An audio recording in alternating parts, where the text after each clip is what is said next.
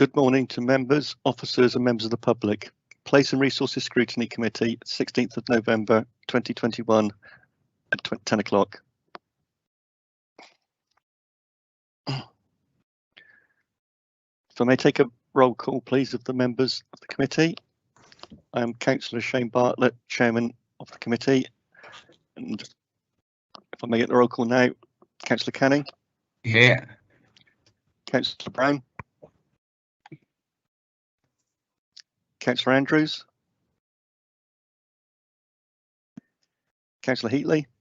I'm here. Councillor Roberts. Present and correct, Chairman. Councillor Shortell.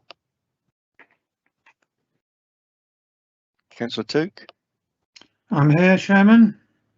Councillor Trite. And Councillor Turner.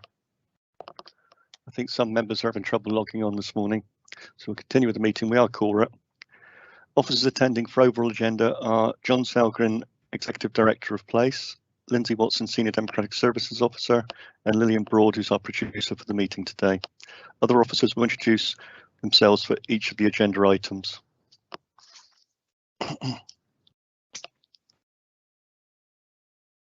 So, moving on to item 2 of the agenda, does any member have any declarations of interest?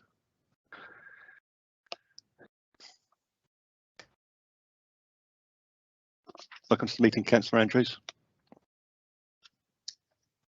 So if I have no declarations, sorry, I'm late.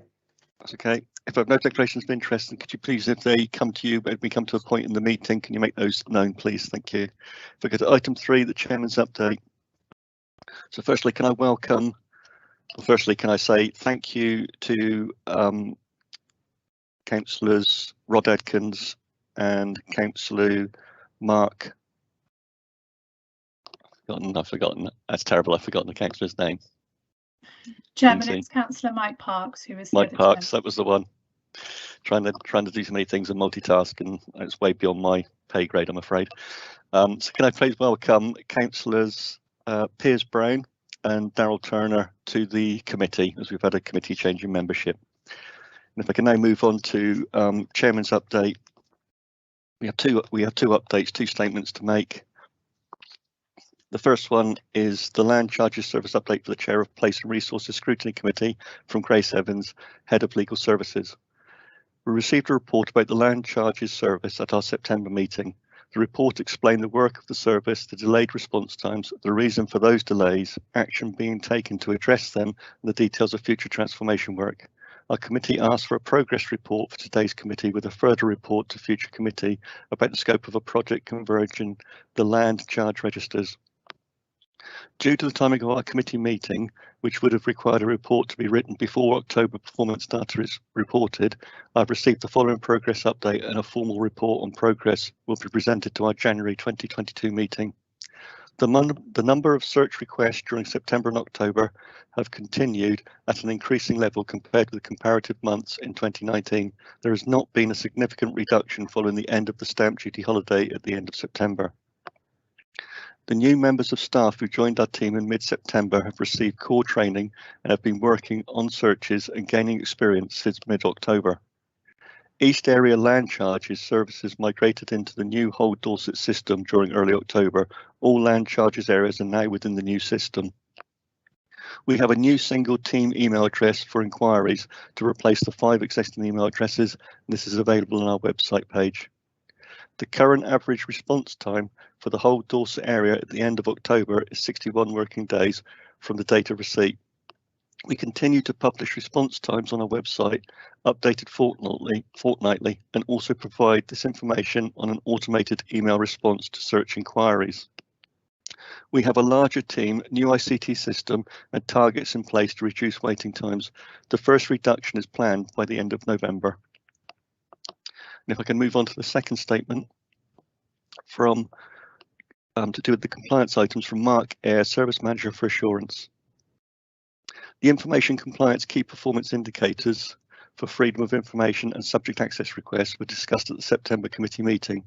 It was noted that there were improvements in the freedom of information response rates, but the subject access request response compliance remained low.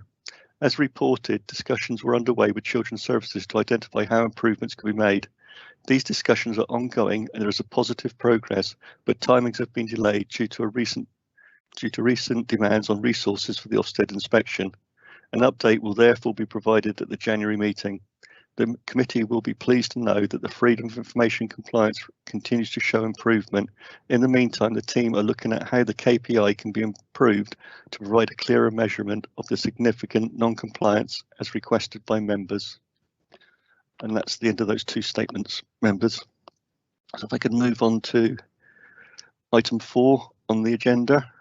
Ms Watson, have we got any questions from the public, please?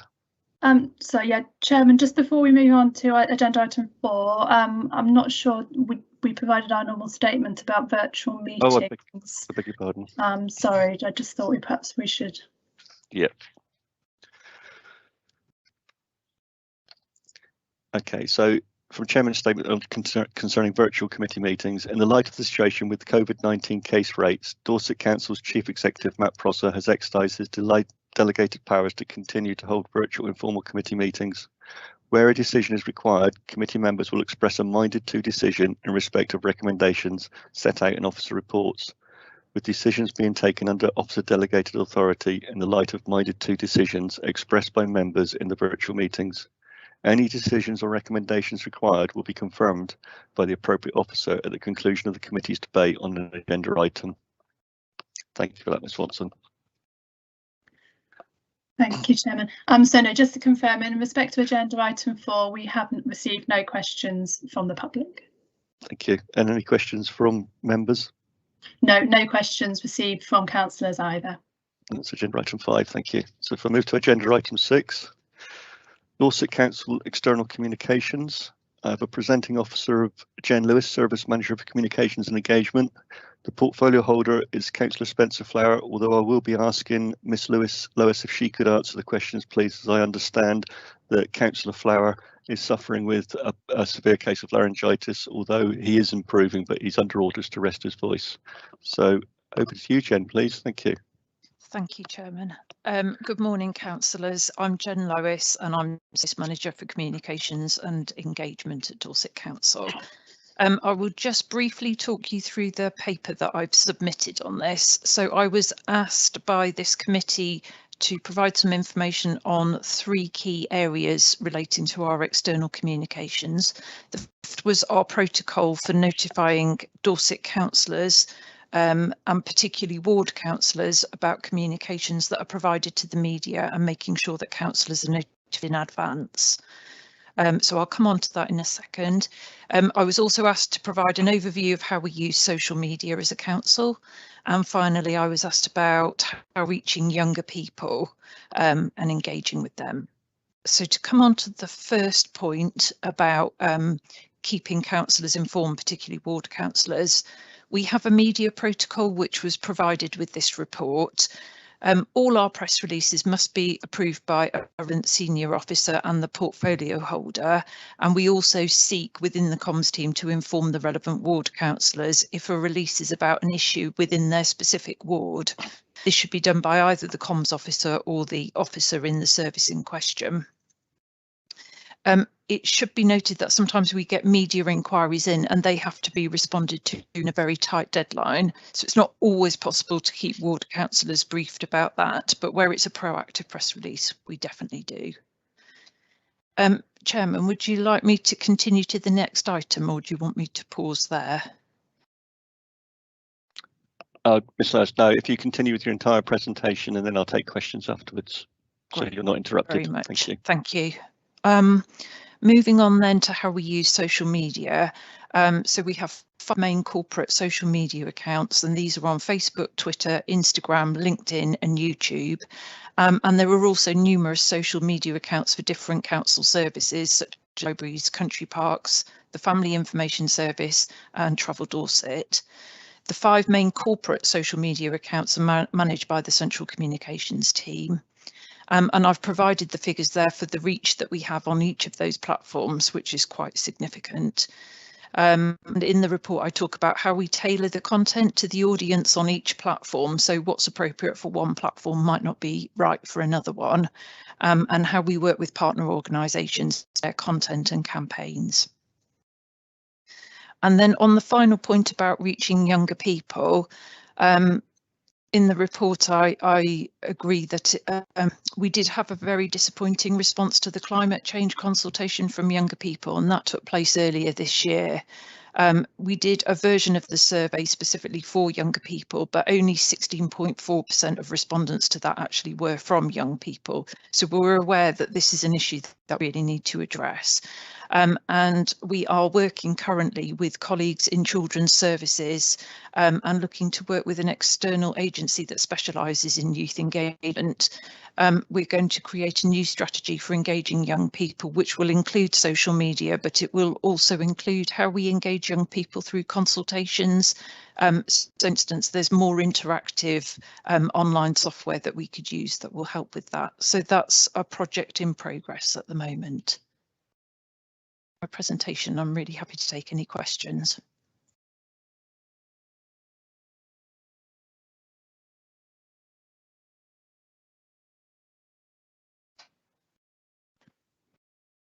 Thank you, Mr. Lewis.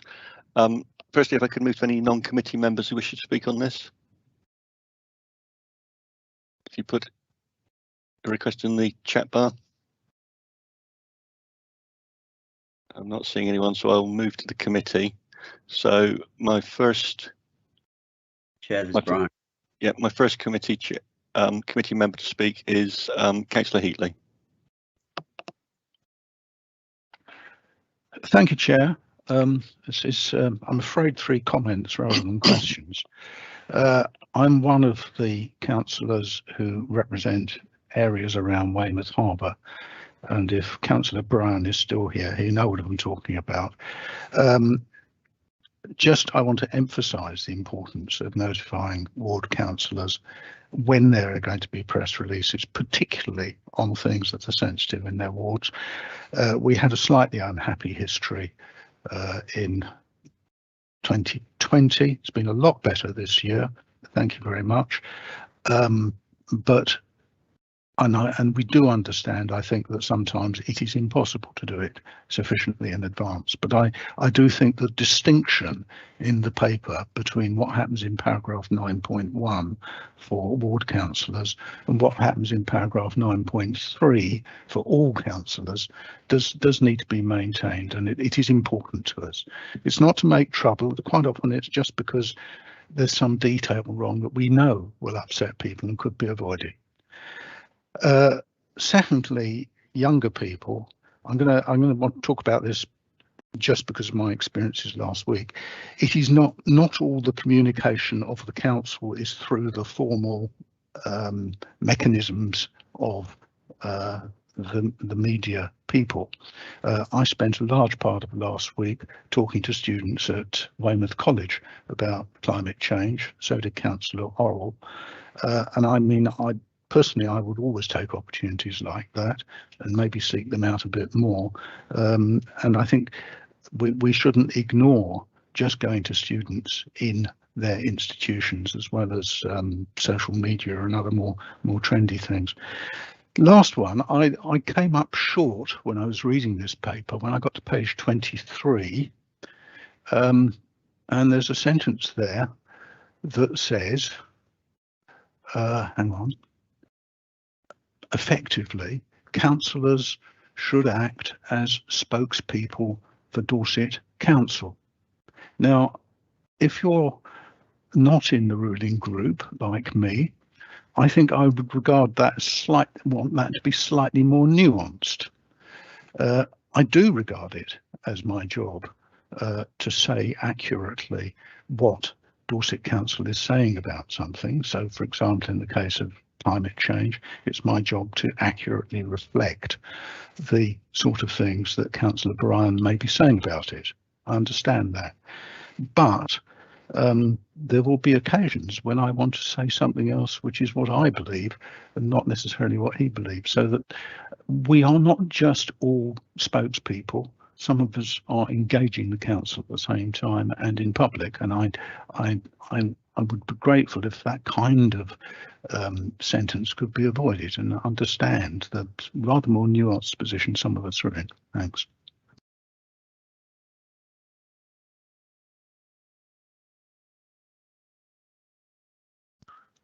Right. Thank you, Councillor Heatley. Ms Lewis, did you want to comment? Just really briefly, I really am grateful for those comments and take them all on board. Just on the last comment, I will get that changed. I think that was very much written in the context of the COVID pandemic, and we were really valuing, we continue to really value the role of councillors within their communities of helping to share important information to residents. But I completely take on board the point there. Yeah, if I can just, I've had a similar experience myself just recently with a particular issue in my ward, which I was given sight of the comms message that was going to go out to the public, and I spoke to the officer and we tweaked it slightly because it would have given a better message to the public of that particular nuances of that localised issue that there was in my ward.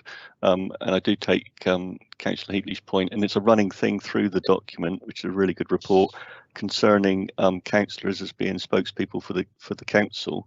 And one of my concerns about that from a scrutiny point of view was, I fully agree with it, but councillors I think do need some form of training in how they deal with the media.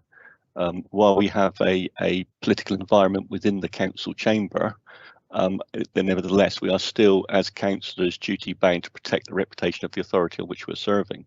So it's that fine dividing line, and I would welcome, I think, that councillors across the chamber do receive some media training, perhaps through a webinar, but I think there can be some work around that. Thank you. If I go to Councillor Andrews next, please. Yes, thank you, Chair. My comments were mainly addressed by Councillor Heatley, but I will go back to 9.1. We also seek to inform, and getting back to your point, Chair, sometimes the input from the local ward member is most important when you're making a communication to the people you want to make it heard. And it says we also seek to inform. I think it make every effort to inform local ward members, whether that by telephone or not just by email, because sometimes you don't pick up your emails, you haven't got a signal, especially in the north of the county up here, because we get very little signal up here. And if you're on your mobile device, you might not get it. But a phone call, by whatever method you can possibly try and get out of the ward councillor, I think is very important. And like you said, having an input into the press release is sometimes very important as well. So I'll just reiterate those points. Thank you. Thank you, Councillor Andrews. Can I go to Councillor Roberts next, please? Thank you, Chairman. A couple of points. I would just wanted to mention in particular on the harbours that the harbours, of course, have their own websites and are on social media for those members who are close to the harbours. And I do understand that there is sometimes maybe the residents don't quite understand what is a harbour issue and what is a highways issue, and it is up to communications really to make that fairly clear when people want to respond to issues. I wanted to bring up particularly, I'm getting quite a lot from my rural parishes and the Bridport area really complaining that they were expecting area committees to be set up for the transfer of information, and they are sensing that the only sort of joint approach is through things like the Bridport Local Area Partnership, which I would prefer that we had our own way of communicating better with the parishes and towns rather than through a body like BLAP, which puts sometimes its own spin on it. Would you like to comment on the particularly of how I counter the request for the setting up of the area committees? I'm happy to respond to that. So we do a lot of work in partnership with the DAPTC to communicate to town and parish councils. We do a weekly newsletter to them directly from Dorset Council, and there's also regular newsletters from DAPTC which we input to. And we've just started doing a series of monthly webinars for town and parish councils on topics which are of particular interest to them. And we also have regular meetings with particularly the larger town and parish councils. We've got some really good working relationships going there now. So that's the position from communications. In terms of area boards or area committees, I'd need to refer that really to the portfolio holder, which is Councillor Laura Miller, for that, because it's a sort of political position really. Thank you. Thank you, Councillor Roberts. Thank you, Ms. Lewis. Okay. One of the things I want to raise on this in this report was around highways, and I know we've got the portfolio holder for highways in the meeting, and that is that often there's a problem that in terms of getting a press release out surrounding highways, it has to be done extremely quickly because it's a health and safety issue. And I know it's caused some problems in the past with members not being fully aware of what's being done within the road network within their ward, and I'm not really sure that there is a way around this or how we can do anything better than they're already doing. But I think there needs to be an understanding from the members that often these comms messages come out of, say, for closure of a highway due to the health and safety aspect of it, that there isn't time really to have a lead into this. I wonder if there was any thoughts on that process. Councillor Bryan, did you wish to comment, because it was your portfolio? Yes, thank you, Chairman.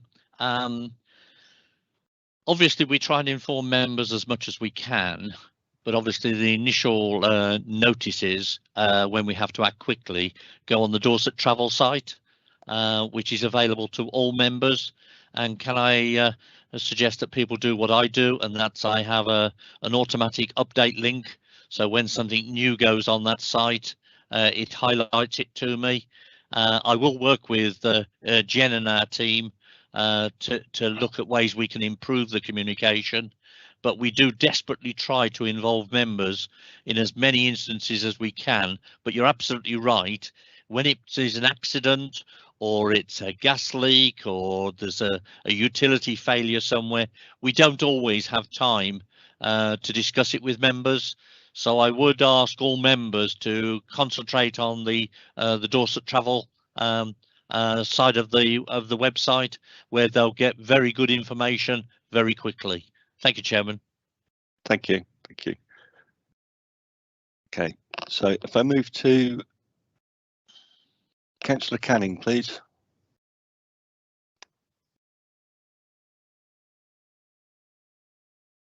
You're on mute, Councillor Canning.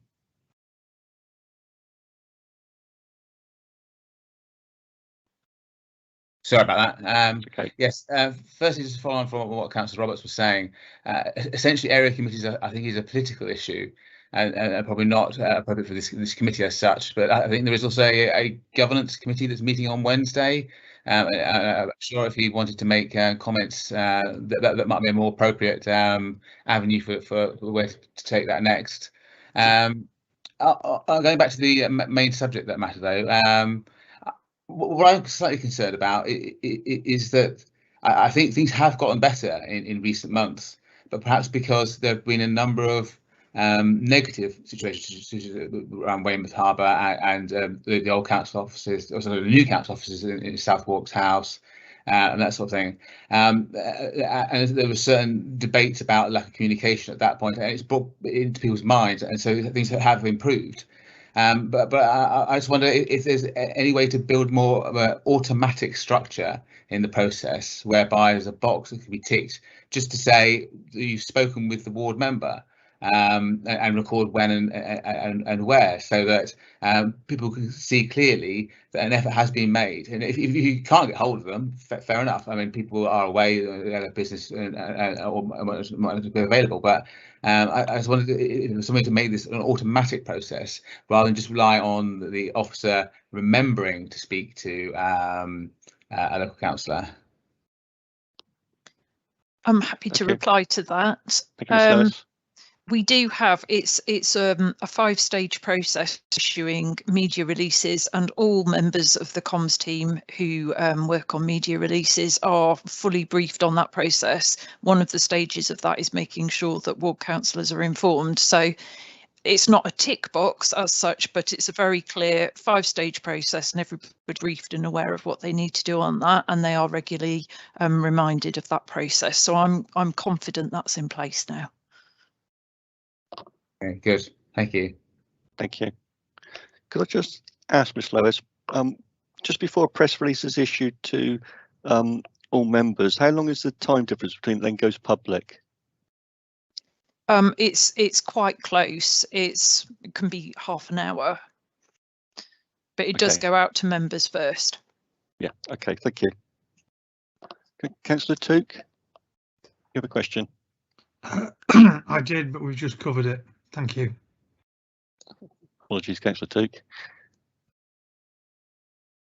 Okay, I've got a request to speak from Councillor Gibson. I wouldn't normally take this because it's outside of the committee. Councillor Gibson, did you have a question? Thank you, Chairman. I did put in the chat bar, we've moved on slightly, but so I'll be very brief. It's about the gap in comms when things, for example, on the highways change quickly.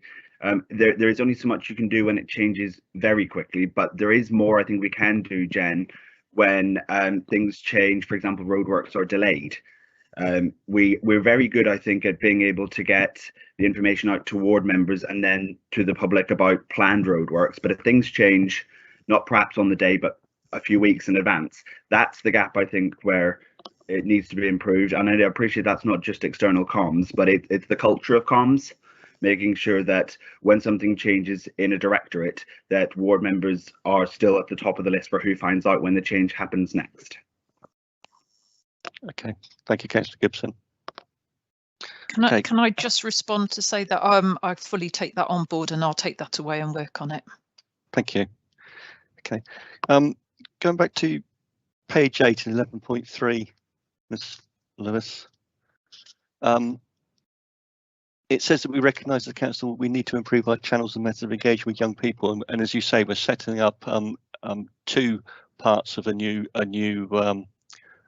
process and how we're going to engage with young people, aren't we, which look quite exciting, and how we're going to do that and how we're going to go about that.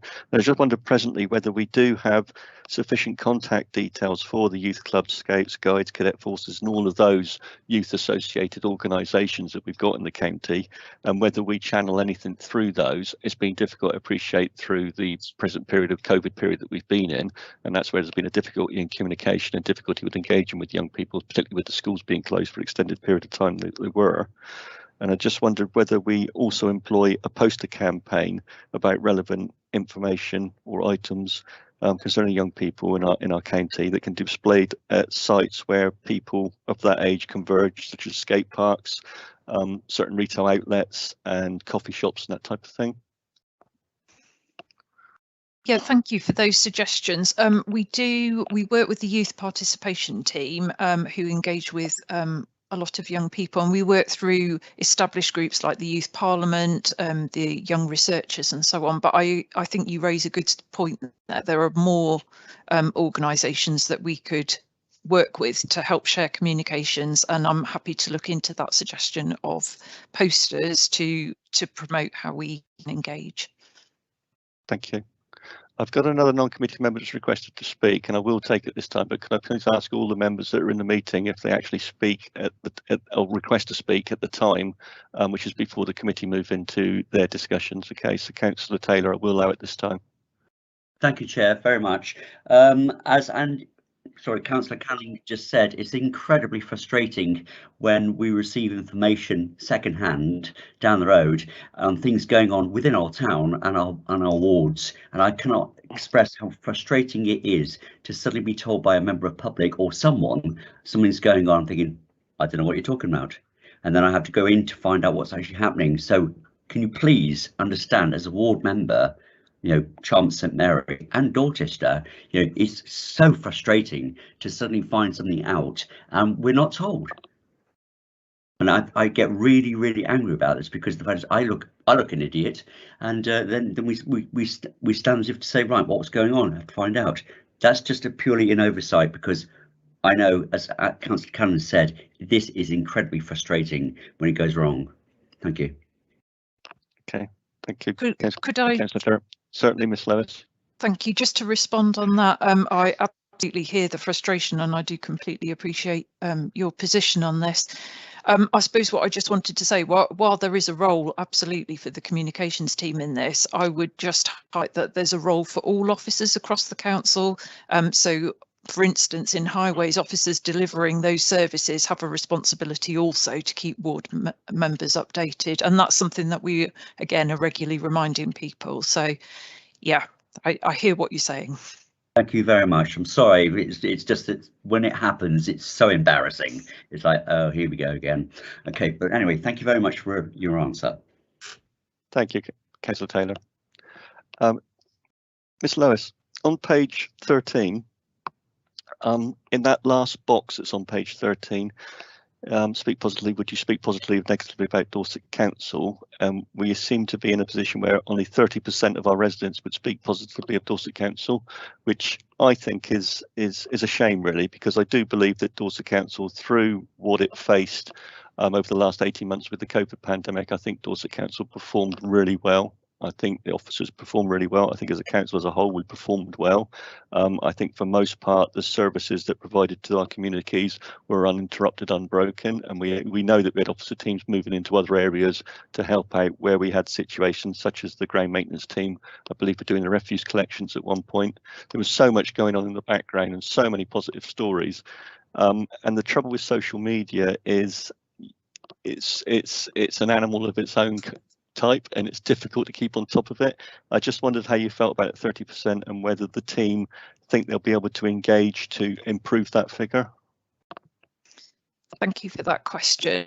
Well, we did see between 2019 and 2020, we did see a big increase in the number of residents who felt well informed by the council, and also the number of residents who felt satisfied with the performance of the council. That said, I agree. I think that figure is lower than we would like it to be, and we do the resident survey every year, so we can monitor our progress on that. We're constantly looking to improve how we communicate the work that we do and to engage with residents. So that is something we would look to improve going forward. Yeah, I appreciate it's difficult in social media because there is always going to be those individuals that probably come in life with a negative attitude, and no matter what you do, it's difficult to get them to see the glasses being half full.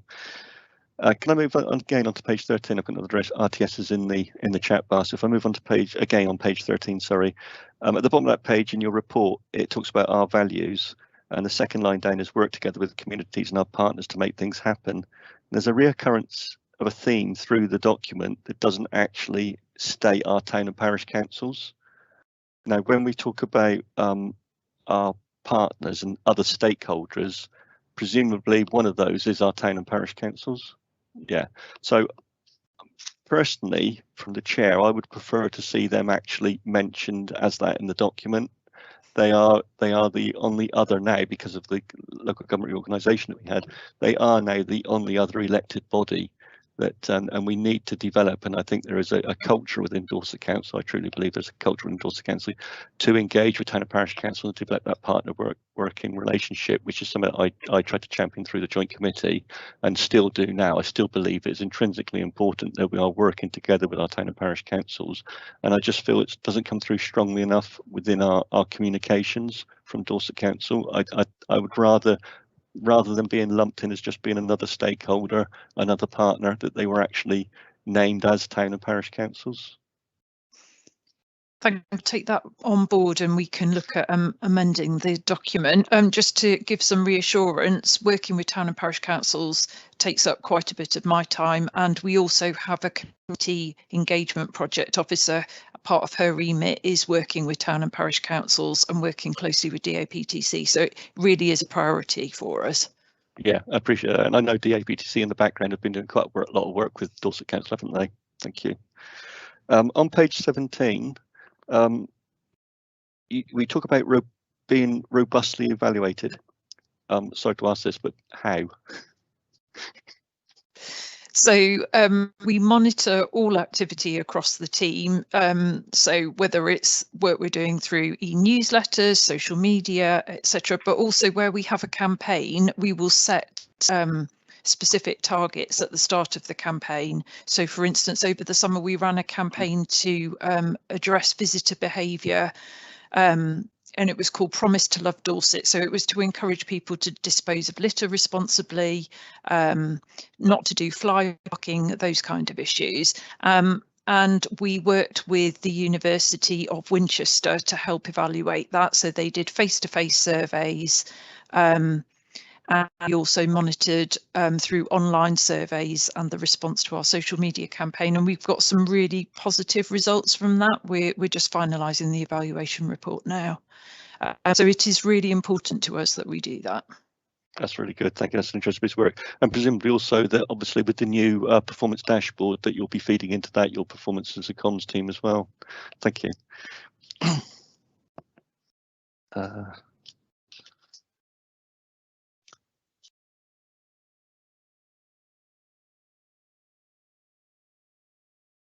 Okay.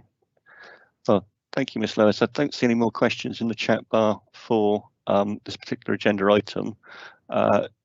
Ms. Watson, we were to note the report and to raise any comments that we had for further consideration. So we're recording the meeting, so you will be able to minute those discussions that we had. Yes, Chairman, there are a number of points there which I think officers have indicated they would sort of take away and have a look at, and those will be reflected in the minutes. Okay, thank you. Thank you, Ms. Lewis. It's a really good report. It's an exciting piece of work, really around the youth work that's being done, that's going to be done in the future. And I'll look on with interest to see how that develops. Okay, thank you very much. Thank you very much. Thank you. Thank you, members. Okay, if we can move on to agenda item 7, social mobility in Dorset. Presenting, I have Mr. Peter Jackson and the portfolio holder. Hello, and the portfolio holder is Councillor Andrew Parry. So, Mr. Jackson, over to you, please. Thank you. Okay, I'm just going to share a presentation, so just bear with me and let me know when you can see it. Not yet.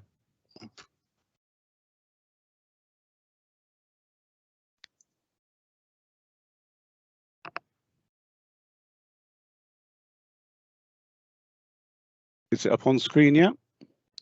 No. No. Peter, have you shared your screen so that the producers can put it up into the production? Just bear with me a second. That's quite all right. It'll be far easier when we're back in the room. I've asked for control. Your control was not accepted. No, don't ask for control.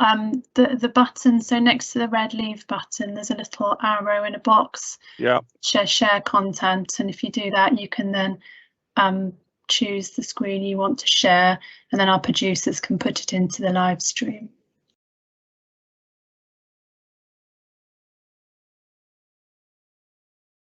I can see that now, Pete.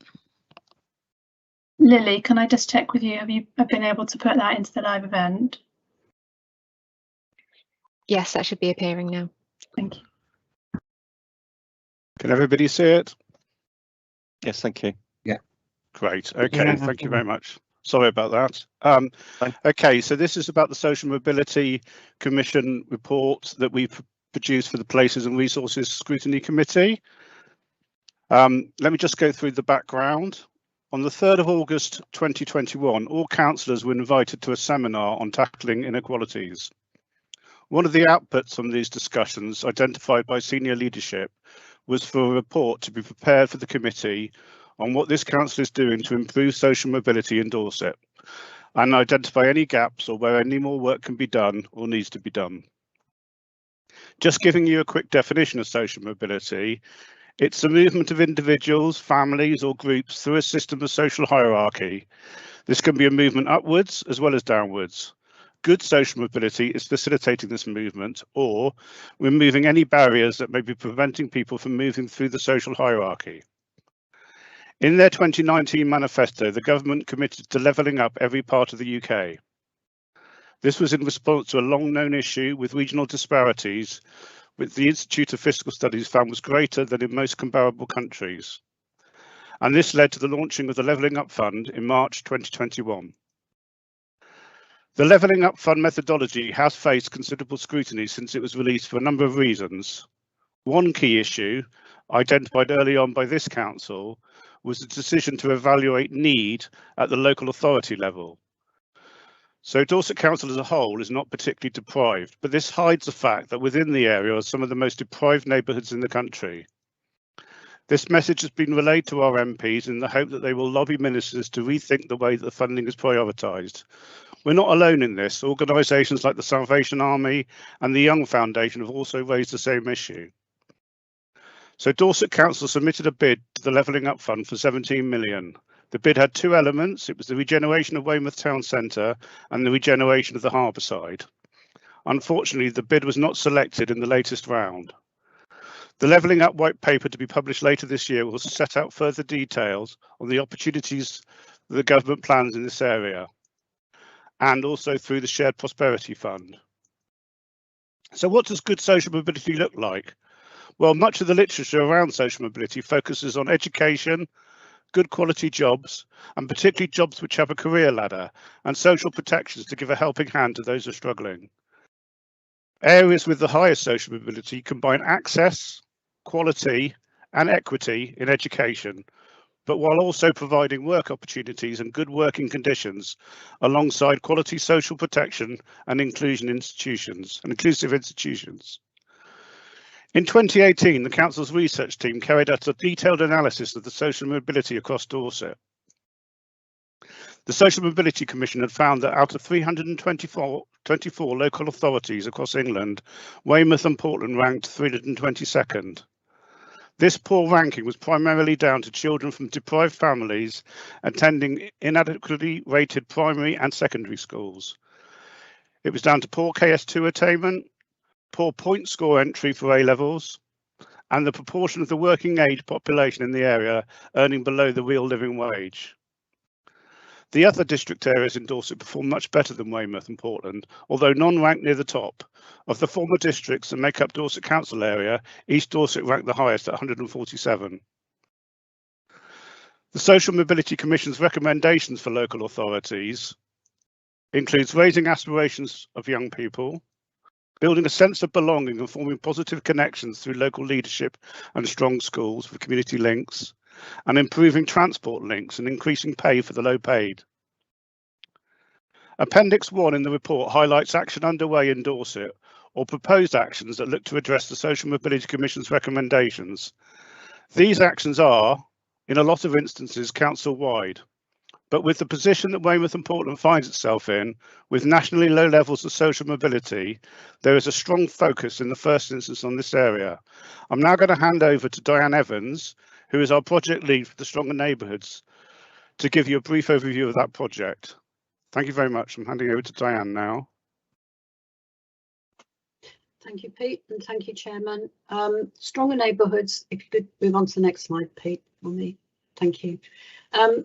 Stronger Neighbourhoods is a project that has the overall vision to improve the life chances for our vulnerable communities in Weymouth and Portland, to reduce inequalities and improve social mobility, to maximise opportunities arising from economic growth and regeneration in the area, and to build on the findings for that work to deliver stronger neighbourhoods across the Dorset Council area.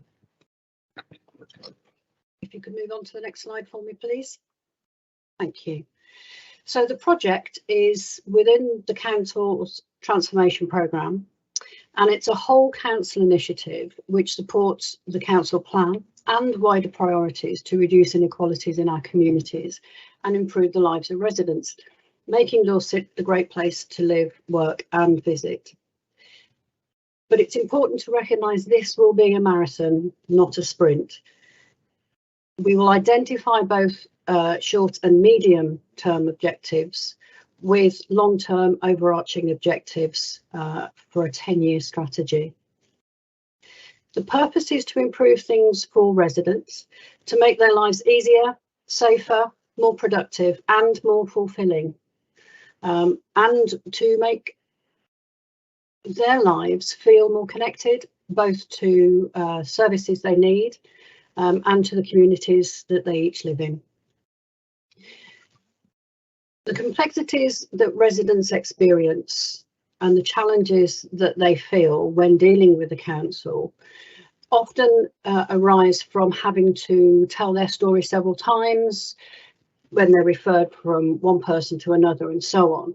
So one of the areas that we're looking to do through joining up council projects and pieces of work is to reduce that, to make that less of a problem for individuals and make lives much smoother. And I know you've had conversations, or I believe you've had conversations in committee about some of the customer transformation work that's going on and the customer portal, which this works very much alongside. And as well as making our residents' lives easier, we also hope through this project, Stronger Neighbourhoods, to demonstrate how working more in a joined up way actually makes things easier from a council perspective to deliver really good services and deliver really effective services. So this will be a place-based approach.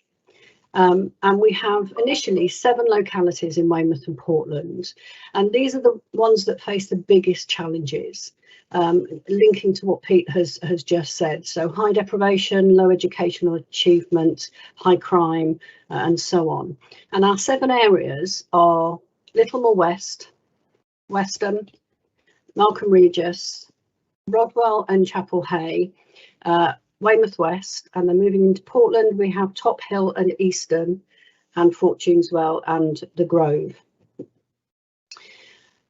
It's also important to recognise that the issues faced in those areas and the challenges that our residents experience have grown and developed and become much more impactful over a number of years, which is what is driving our ambition for a 10-year strategy to secure sustainable long-term solutions, understanding that it will take a time to make those changes for them to grow roots. I'd also just like to highlight to colleagues the link between some of the approaches and some of the issues faced in Weymouth and Portland with the reflections in Professor Chris Whitty's recent report on health inequalities in coastal communities. Coastal communities face particular challenges, and we want to be able to reflect that in our approach in Weymouth and Portland. As I've said, it's an ambitious long-term project. It is expected to run through until 2033. And the work we achieve in Weymouth and Portland, we will build on to deliver a long-term strategy for the whole Dorset Council area, and we'll be able to adapt and tailor that work based on the lessons we learn. And we know that there are particular challenges that are similar in other parts of the council area. But what we'll do using a place-based approach is that we'll be able to tailor that and embed it in local areas, but very much focusing on a place-based piece of work. Joining up how we work across all parts of the council, including with our partner organisations and residents, and including our parish and town councils, as we've already talked about this morning. What we'd like to achieve is significant and sustainable improvement to people's lives. And in order to do that, we are looking very much to build a very strong engagement with our communities and identify new ways of unlocking the potential, the knowledge and the drive that we already have within our communities, that we know already exists within our communities. We've commissioned FutureGov to do a piece of work with us. They are an experienced organisation working in similar, in other local authorities and with similar pieces of work to this. And we are working with them to expand our skill base internally and identify new ways of engaging with communities and building those connections and those engagement opportunities. We passionately believe that finding the right solutions to these long-standing challenges and the poor outcomes requires real input from those areas that are most affected. We believe there is potential within our communities to meet some of their own needs, and we would like to work with them to support them and to provide whatever they need to make that possible. We also believe that there are many voices within our communities that often can go unheard, and through Stronger Neighbourhoods we want to find new ways of unlocking those and bringing them to the fore so that we can have a very broad input, not just the usual voices. And just finally for me, Pete, if you could pop onto the next slide, please. We want to raise aspirations, which is part of what's reflected in the Social Mobilities Commission recommendation. But we want to raise aspirations not just for young people, but as this is a long-standing issue, we want to raise aspirations across generations. So for young people and their parents and their wider families. We want to build on the sense of belonging, and we want to form those positive connections through local leadership.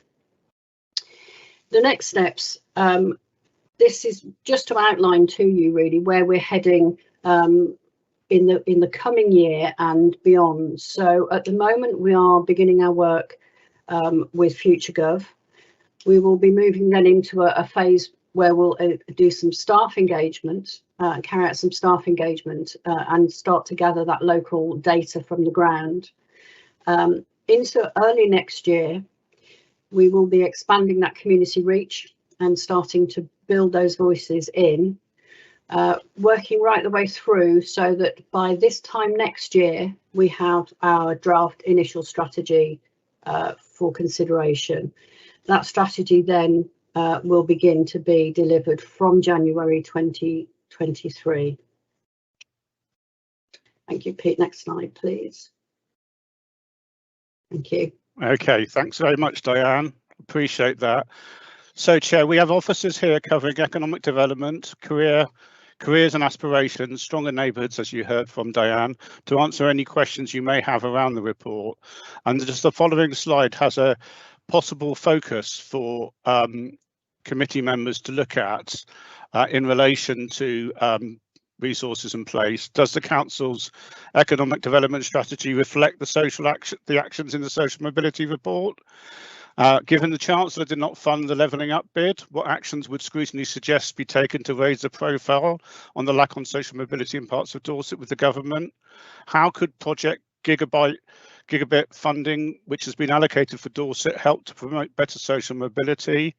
How might new inward investment opportunities, such as a battle lab at the Dorset Innovation Park, be used to help create new employment opportunities and improve local employment opportunities?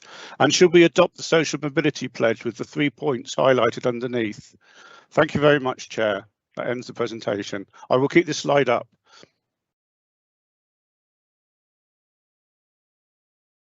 You're on mute, Shane. Beg your pardon. Sorry, I put myself on mute because I'm coughing so much at the moment.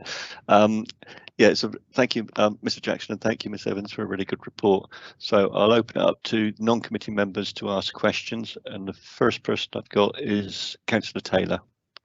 Thank you very much, Chair. It's an observation, please, if you'd like to take note.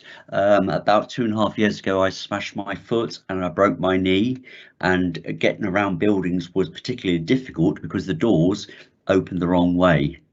So therefore, mobility is the question for me to say, is our council officers fit for purpose? We've now gone to County Hall, and I can guarantee that if I was still in my mobility scooter, I wouldn't be able to get around it at all. It's just an observation to say, our buildings, are they fit for purpose for us to go forward as a council? Thank you, Councillor. Yeah, accessibility is part of the whole social mobility remit in that sense. Okay, thank you. Sorry, I didn't get a... So, Mr. Jackson, I think you broke up.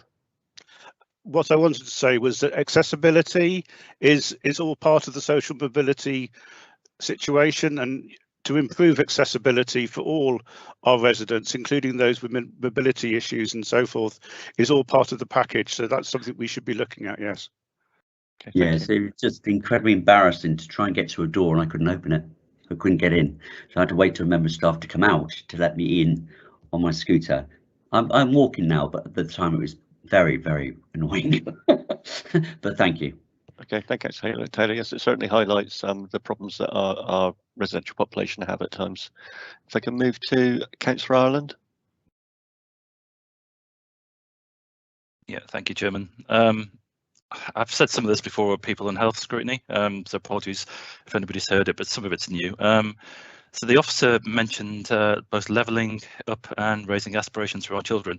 So I think this report was probably written before what I'm just about to say was actually said.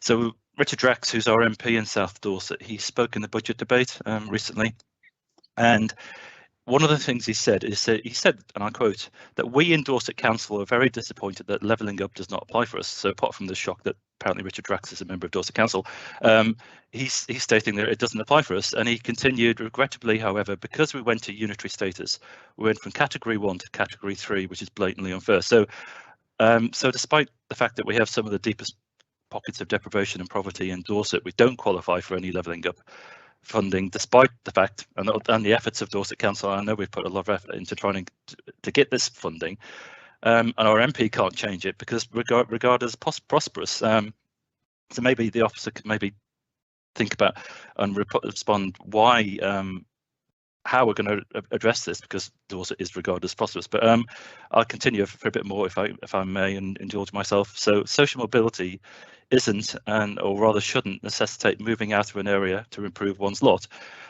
Yet in areas such as Weymouth and Portland, which, as the paper states, come consistently near the bottom of indices of deprivation and poor social mobility, for those fortunate enough to be able to go to university, staying away is the only means of doing so. The lack of well-paid jobs for providing full-time employment in significant quantity is clearly one factor, but being priced out of the housing market because we don't build anywhere enough social or affordable housings, combined with the fact that we have a huge market demand for second homes and properties for holiday let, is a major factor. So moving away is an option which some of our school leavers take, but many can't actually do that. We don't have any secondary school as quoted with a good rating in Weymouth and Portland, and that's basically because they're all academies, and the academies have moved to other academies, and basically they've dodged Ofsted for quite a few years. We only have one secondary school with a sixth form, although of course we do have Weymouth College, which is it's not secondary school, it's a tertiary school, and all of secondaries are academies. So the opportunity for this council to actually change things is probably very restricted because we don't run them. So I'll end my comments with an anecdote. I said this at Health Scrutiny, but I think it's worth repeating. So one of my daughters went to Budmouth College and she did really well there, and she did well enough to gain a place at Nottingham University to study medicine. And 7 years on, she qualified, 5 at uni, and then she did her F1 and F2 years, which is basically junior doctor training, in St Mary's in Ealing in London. But since August, she's been doing a CT1 year in DCH, Dorset County Hospital in Dorchester. So she contacted Budmouth, her old school, to offer her services, and her intention was to provide talks on how to apply for medical degrees, hints and tips on passing the entrance exams, because you do have to pass entrance exams to get into medical school, mentoring and all that sort of stuff. And the school eventually got back to her to say they only had one student in the entire sixth form who was interested in medicine. So, this is a profession that pays well. It has job security. It's in great demand. Yet there is apparently no ambition in Weymouth and Portland to be a doctor.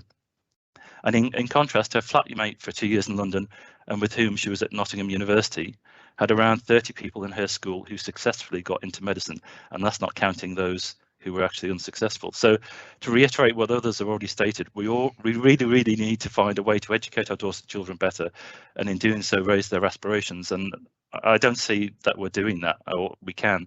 So maybe that's another thing that the officer could comment on. Thank you. Thank you, Councillor Ireland. Yes, just before the author does comment, I have great sympathy with some of the comments that you've made. Having 2 daughters myself that left school in recent years, and I know full well that in that particular age group, when they leave their education, their morale is on the floor. They don't see a future in Dorset, a great many of them. So, Mr. Jackson, yeah, would you like to comment? Thank you. Yeah, I can certainly come back on the first point. Our chief executive team with our senior leadership team are working with our MPs to try and tackle this issue in relation to Dorset being included as a whole authority. And as I mentioned, within the report. It's not just us that have highlighted this. This has come out through national research, and as you can imagine, there are other authorities such as Cornwall who will be facing the same sort of situation.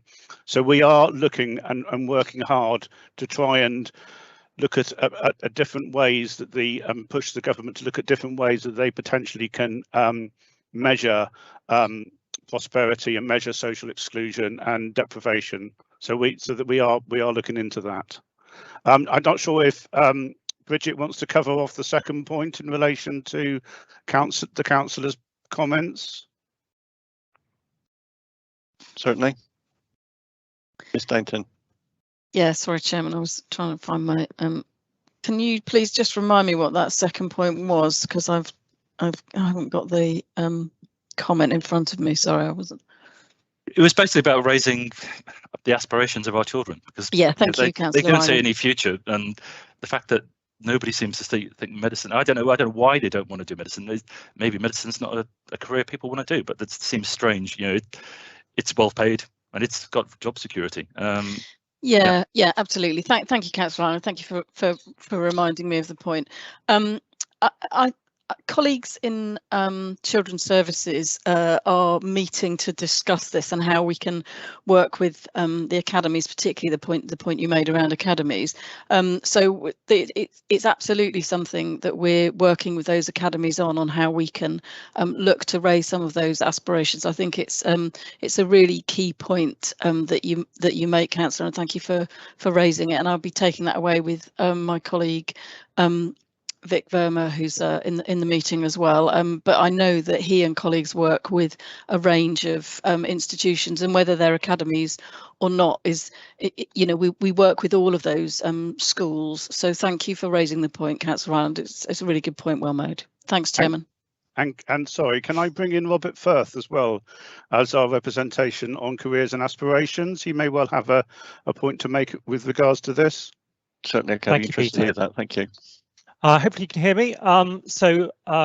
We host, the council hosts a project on behalf of the Local Enterprise Partnership, raising aspirations in schools, and we're working with all the schools from year 7 onwards, special schools, learning centres, colleges and secondary schools, including Budmouth. And they have statutory duties now, and they have to have a nominated careers leader. They have to have a published programme of activities they're doing to raise aspirations and inform their students about careers. And getting employers in is fundamental to that statutory duty. So I'm very surprised that you didn't have a better response. I would say my gut feeling is maybe your daughter didn't approach the right person, but there is a careers leader at Budmouth who runs a great careers programme, very inspirational. And I'm sure he'll kind of love to kind of say, if you would like to pass your details on to me, I'm more than happy to get in touch with the school. But and also we're also working with local primary schools, so we're delivering employer-led activities in primary schools in Wayne from Portland. So kind of thousands of young people are having those talks with employers, and we feel that's the best, most effective way to raise aspirations locally, and it's kind of going really well at the moment. So I could talk for hours about this, but if you need any more information, please get in touch. Thank you, Chair.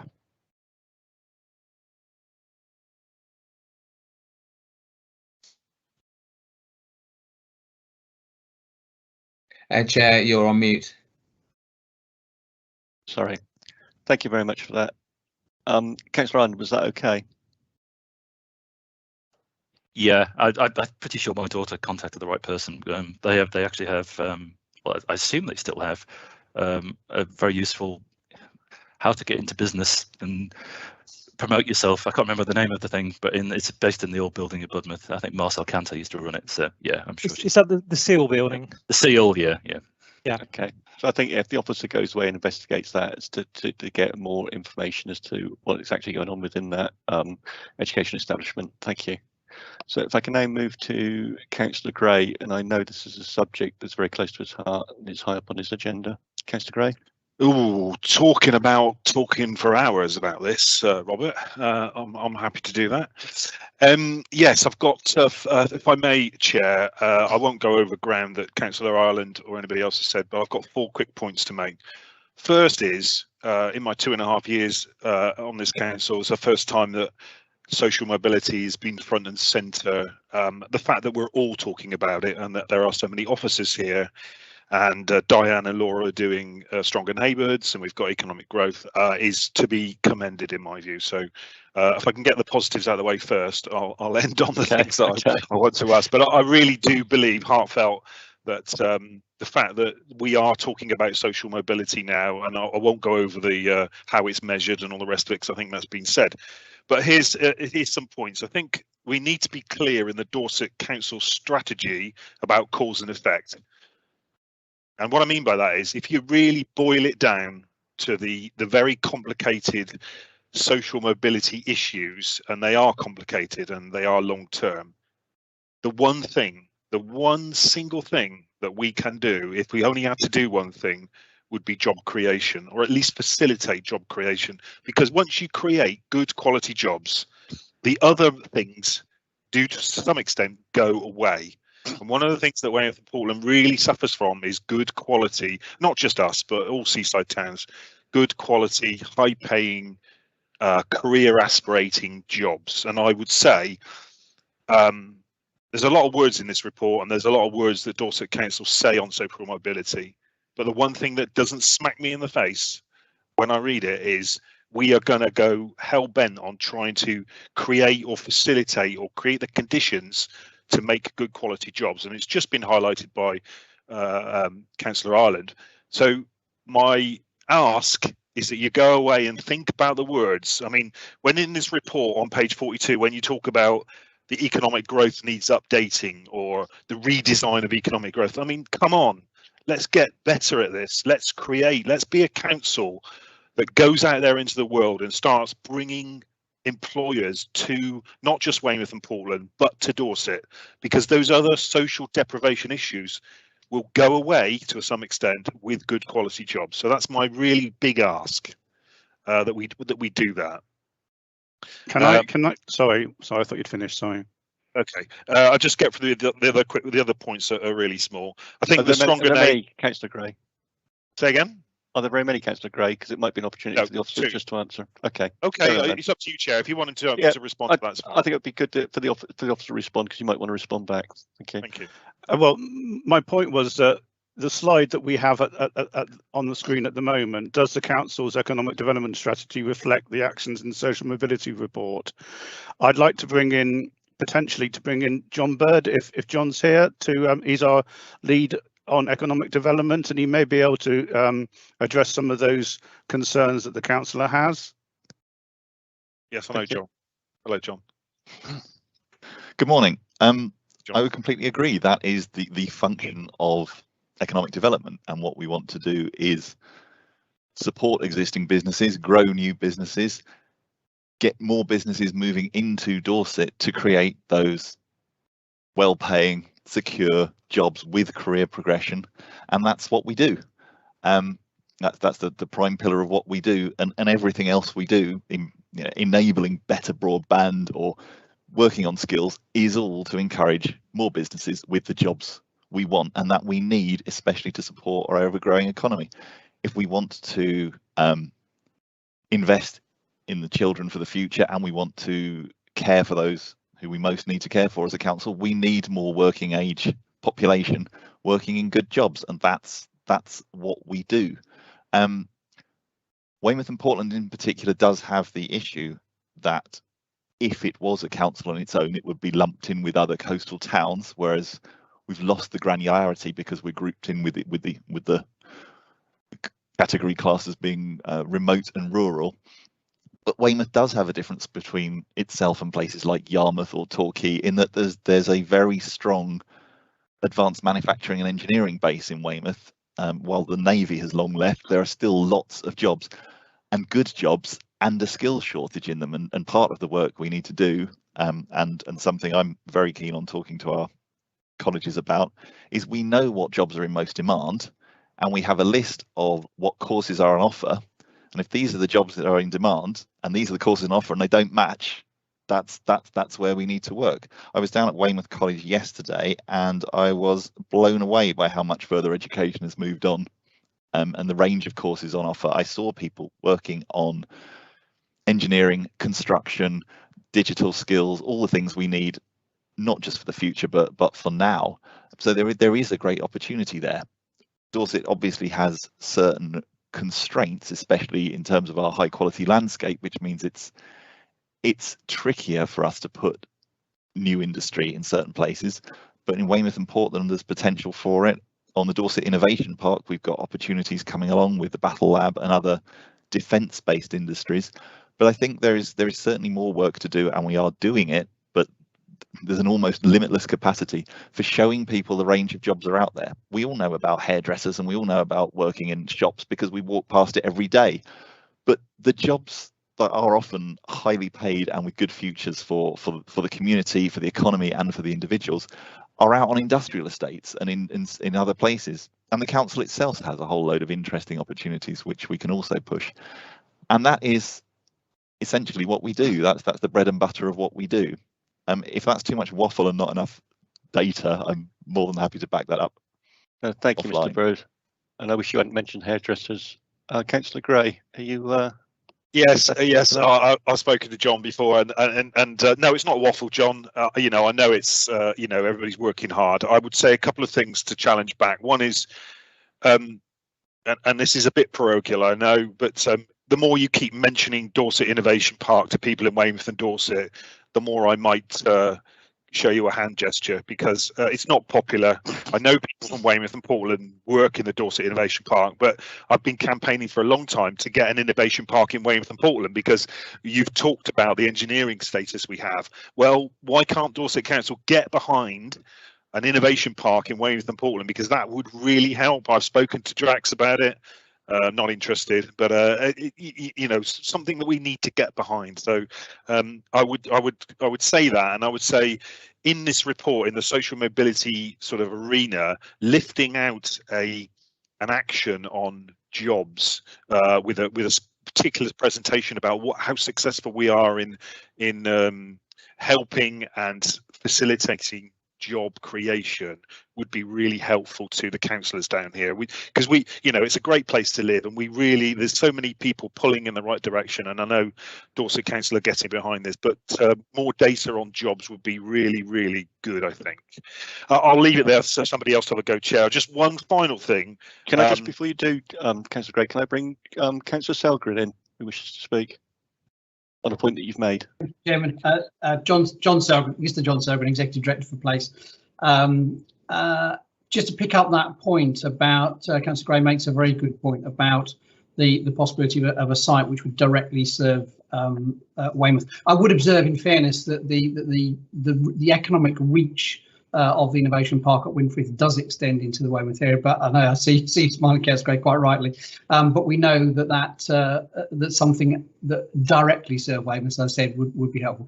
Can I just confirm that in the council's levelling up bid that, as I said earlier, sadly wasn't successful, there was a proposal for a further investment actually into the Portland area to create a second battle lab facility of the type we've got at Winfrith.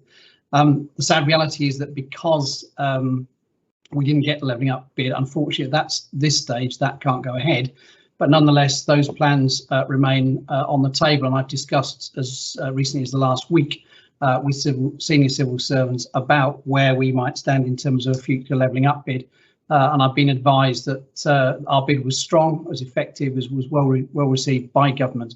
And I think what we would be well advised to do as a council is to keep lobbying for these things, to keep pressing government, because clearly we weren't successful this time around. But my sort of experience in the economic development arena is that you just have to keep going at these things and not let go with government until we get the right outcome. In terms of analysis I made, Chairman, whilst I've got the floor, there was very helpful reference by Pete Jackson in the earlier part of the presentation to the analysis that was done. So it is quite correct to say that in the categorisation that government put Dorset, the Dorset Council area was in the lowest, category 3. But when disaggregated, you could certainly make a case that would at least put Weymouth and Portland into category 2 and possibly even into category 1.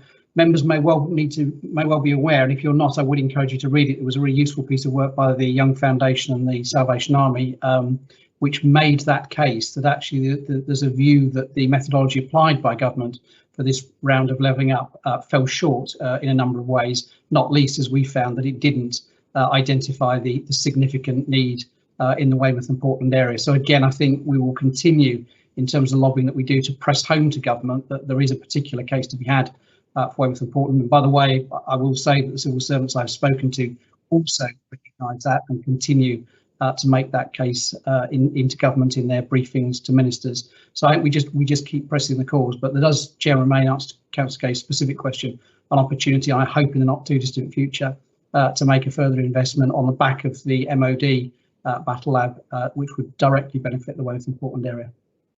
Thank you, Mr. Sogren. Councillor Gray, floor's yours again. Yes, thank you, John. I was coming from the Innovation Park, from the daily migration over the Ridgeway, which is getting ever longer, and from a climate point of view, it's not helpful. But I'll finish on 2 points. One is the Stronger Neighbourhoods thing. Diane and Laura doing that project, fully supportive of that. We made some comments about measures, but absolutely fantastic to see, and I hope that all the councillors in Weymouth and Portland make their contribution to that, because it's great to see the council honing in on, and I really mean that, honing in on, you know, putting your finger on the button of what causes deprivation. Final point, Chair, and thank you. Page 43, really disappointed that we're still not a living wage employer. Totally, really disappointing. And I think I would ask the exec and everybody to really think about that, because it will not take that much money to become, and we should be accredited. Thank you for letting me get on my soapbox. Thank you. No, thank you very much, Councillor Gray. You made some very good points. Thank you. And it's a question of mine later on, so I'll just take that up now as Councillor Gray has raised it in terms of the real living wage. Do we have a timescale as to when we may be able to achieve that as a Dorset Council, as a local government authority? Because it does seem that we really need to be taking the lead on this within Dorset and encouraging our other employers in Dorset to then follow that lead. And it's difficult if we're not meeting that real living wage ourselves. Can I pass that one on to John Selgren potentially to answer? Certainly. I think if I may, Chairman, I'll perhaps take that up with the portfolio holder outside the meeting, but it's a question. It would be good, yeah, maybe a piece of work that we could do in the future within this committee. Sorry, Mr. Selgren, did you hear me? Yes, sorry, Chairman, and the answer is yes, of course. Yes, yeah, sorry. Thank you. Thank you. Okay, I'm going to move to Councillor Rowe now, please. Thank you. Dorset Equality Group does a lot of work on raising awareness about social injustice and on improving social mobility, with an emphasis on the poor life expectancy of communities and mental health issues. So mental health can be extremely debilitating, and I remember how it affected people when I worked as a careers advisor in Bournemouth Job Centre. So there are long waiting lists for help with people with mental health issues, and this has been the case for years and years and years. Will Stronger Neighbourhoods have links so that people can be supported who have mental health issues? And what new approaches would be adopted? I saw on television, I think it was the local news about Abingdon are doing a lot of work with all age groups who've got mental health issues. So some areas are tackling it, but I think it has to be approached in a different way. So I'd be interested to hear if you have any ideas on that. Thank you. Thank you. Mr. Jackson. Diane, can I bring you in on the Stronger Neighbourhoods and how we're looking to tackle residents with mental health issues and how that can affect their social mobility? Absolutely, I'll be happy to try and answer that one for you. Health and wellbeing is one of the 4 core strands for Stronger Neighbourhoods, and we'll be working very closely, certainly Weymouth Important on the ground with the primary care network, but also colleagues in CCG, the developing ICS framework, as well as colleagues at the hospital and so on.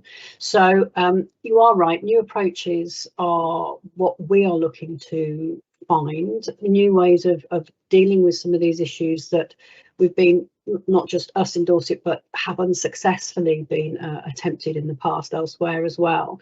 I think, if I'm honest with you, just at this point in time, they're not defined as yet. We are working on identifying what those new approaches are in order to make more successful inroads into these areas.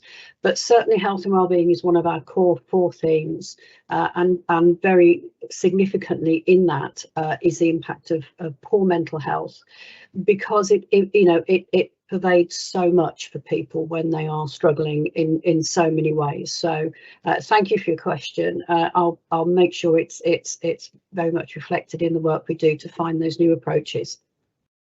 Thank you. Can I just ask, will you approach Dorset Equality Group as well to work with them?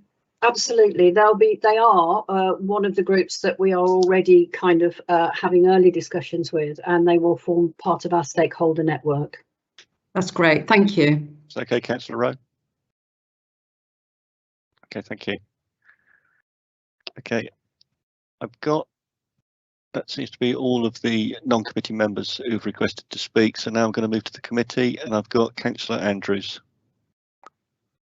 Yeah, thank you, Chair. Most of my questions have been answered, but I was interested in Diane's presentation, and I'm just wondering how we measure success in this long-term project and how we've identified key performance indicators that are there for our key steps or our plan or our strategy, and how we're actually measuring them. Like every improvement plan, you've got to have measures now that you can actually look at so that you can show that you're improving. And I know education is a real driver to this. So the other question is, how do we how do we make academies improve, because we'd have no control over them. So it's a little bit concerning that we have no control over one of the main drivers that's going to help us improve social mobility, and that concerns me a lot. My final point is take everything that's said about the real living wage, and David Gray brought that up. But that was my point really. Just how do we measure? Thank you, Councillor Andrews. And I suspect that in terms of the issues with academies and any input we may have with those, is a frustration shared by members across the chamber and by officers, I suspect. Mr. Jackson. Hello. Yes, I'm again passing on to Diane, as the question was related to the Stronger Neighbourhoods and the measurement. It's certainly something that we're very conscious of. So thank you for raising that question. We have some very long overarching outcomes and goals, which we've already identified, and they are very much framed around the social deprivation indices. But in terms of defining those into measurable goals and outcomes, it's going to take some time, and we want to be able to have 3 very clear phases. So some short-term indicators, some medium-term ones, and then some long ones. And I suspect over a 10-year strategy they will all be tweaked anyway. But we would also like to be involving our communities and stakeholders in refining some of those, so that actually they are owned by everybody that's involved in making these changes achievable. So it is something that we're on the case of. I don't have answers for you today, but it is something that will emerge. Councillor Andrews, you happy with that? Thank you very much. I wouldn't expect you to have answers for me today, I have to say, but no, it's just as long as we've got the strategy there, and we've got to do what we can, the best for our communities, and Weymouth and Portland in particular, because they are socially removed from a lot of other things. But thank you very much for your answer. Thank you. So if I can now move to Councillor Heatley. Thank you, Chair. We've had a very good debate this morning. I was particularly encouraged by the meeting that some of us Weymouth and Portland councillors had with Laura Miller and Diane on stronger neighbourhoods. And I read the paper, and there's a very, very long list of things that the council is doing or might do. My experience with very long lists like that is that somehow or other you get a bit lost. You don't really end up doing any of them. It seems to me that from this discussion there are two major areas we should be focusing on. First of all, I agree entirely with Councillor Gray that the important thing is getting good jobs near or in Weymouth and Portland and our other deprived areas. But I also think with Councillor Ireland that we have a real problem with secondary education, in particular in Weymouth and Portland, where we have not a single secondary school at the moment that is rated good by Ofsted. I know that there are great difficulties in dealing with that problem, as Councillor Andrews has pointed out, but I think it is something we need to focus on. I think we need to focus on training as well, and we need to focus on the links between business and education and training, which are perhaps not quite as good as they should be. So I come to a kind of conclusion here. We're invited to identify any recommendations to Cabinet for further work to improve social mobility in Dorset. And I think the recommendation I would want to make is that we focus on these particular areas: job creation, good job creation, which we can help, for example, by the allocations of land in the Dorset local plan, and on education and training, and in particular in both of them, and I have to say it this way, I'm a Weymouth representative, in Weymouth and Portland in particular, although I accept there may be other areas that would benefit from that. So I'd like us actually to make a recommendation to Cabinet that there is particular work we need to focus on in this area. Thank you. Okay, thank you, Councillor Heatley. My own view is that this is very much a jigsaw, and there's various aspects that all need to be linked together, and I wouldn't personally want to narrow it down too much. And certainly, while I appreciate Weymouth and Portland do have areas of deprivation that the council, it would appear, is focused on, there are of course other areas across Dorset that have a need as well. But I do take your point. I think I prefer a recommendation to Cabinet in terms of the work that we look at is broad, is with a far wider brush stroke if it could be. Thank you. Councillor, sorry, Mr. Jackson, did you wish to make any comment on Councillor Heatley's input? No, I noticed comments, and I understand where he's coming from. It's up to the committee to make the decision. Okay, well, we'll have a further discussion when we come to the recommendation, if someone can remind me. If I now move to Councillor Took. Wasn't mine in next? I think Councillor Roberts might be next, actually. I beg your pardon, Councillor Roberts. I missed that. There's been a bit of noise in the chat bar, which is making it difficult. If members could just do request to speak and procedure, please, I would appreciate it. Councillor Roberts, my apologies. Thank you very much. One of the things that I would be quite interested in is and I'm not sure if it's available and I've missed it, is a breakdown of the unemployment and available to work for some of these more specific areas. In my own case, as a small business employer, finding it incredibly difficult to recruit anybody, and we pay well above minimum wages. And I'd be interested to know about when we're talking about job creation.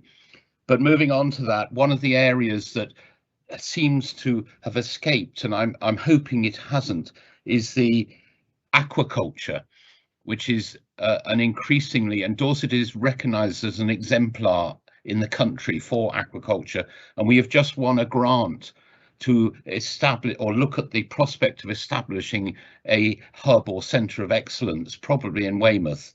We already have the Centre for the Environment, Fisheries and Aquaculture Science, the DEFRA body, CFAS, in Barrack Road in Weymouth, with a great body of scientists there. These are in addition, jobs for entrepreneurs, but also highly paid scientific jobs. It's not just engineering and military jobs. We need to really concentrate on the mariculture aspect of, particularly of Weymouth and Portland. Thank you. Thank you, Councillor Roberts. I think you make a well-made point that it would be great to see Dorset at the cutting edge of that new technology and that new industry. It would be a fantastic achievement if we could be really at the forefront of that as a council. Mr. Zelgren, did you wish to comment? Thank you, Chairman. Just pick up Councillor Roberts' point. I had the pleasure of speaking at the South West Agriculture Network conference a couple of weeks ago, and I think members might find the presentation that I gave on that occasion helpful as context. So, the reality is that is a sector which is estimated to grow faster than the wider economy, so it will disproportionately choose, I hope, be. As Councillor Roberts said, we've got a number of things locally which we can build on. There's also the Department of International Trade's recognition of our high potential opportunity for agriculture in Dorset. So there are a number of things I think that come together. Members of this committee might find it helpful to have a little more briefing on the background to that, because that sector does represent a significant opportunity for Dorset. And again, I think fair to recognise it's also a sector which has very strong green credentials. So again, a sector that's working very hard to make sure that it's sustainable in every sense. Thank you, Councillor, Mr. Zelgren. That's almost sounding like another webinar theme. I will take that away, Chairman, and perhaps discuss with the leader who looks after the programme for that. So I'll happily make that suggestion. Yeah, I think Councillor Roberts raises a very good point. Thank you, Councillor Roberts. Are you satisfied with that? There were only whether there was any sort of response to my first point about local unemployment levels. Yeah, sorry, Mr. Jackson. Yep, we can get back to you on that, Councillor Roberts. We have the member of our team who looks into the economy and labour market. So I will send you an email, and if you can point out in your email exactly what you want, we can follow that up for you. No problem.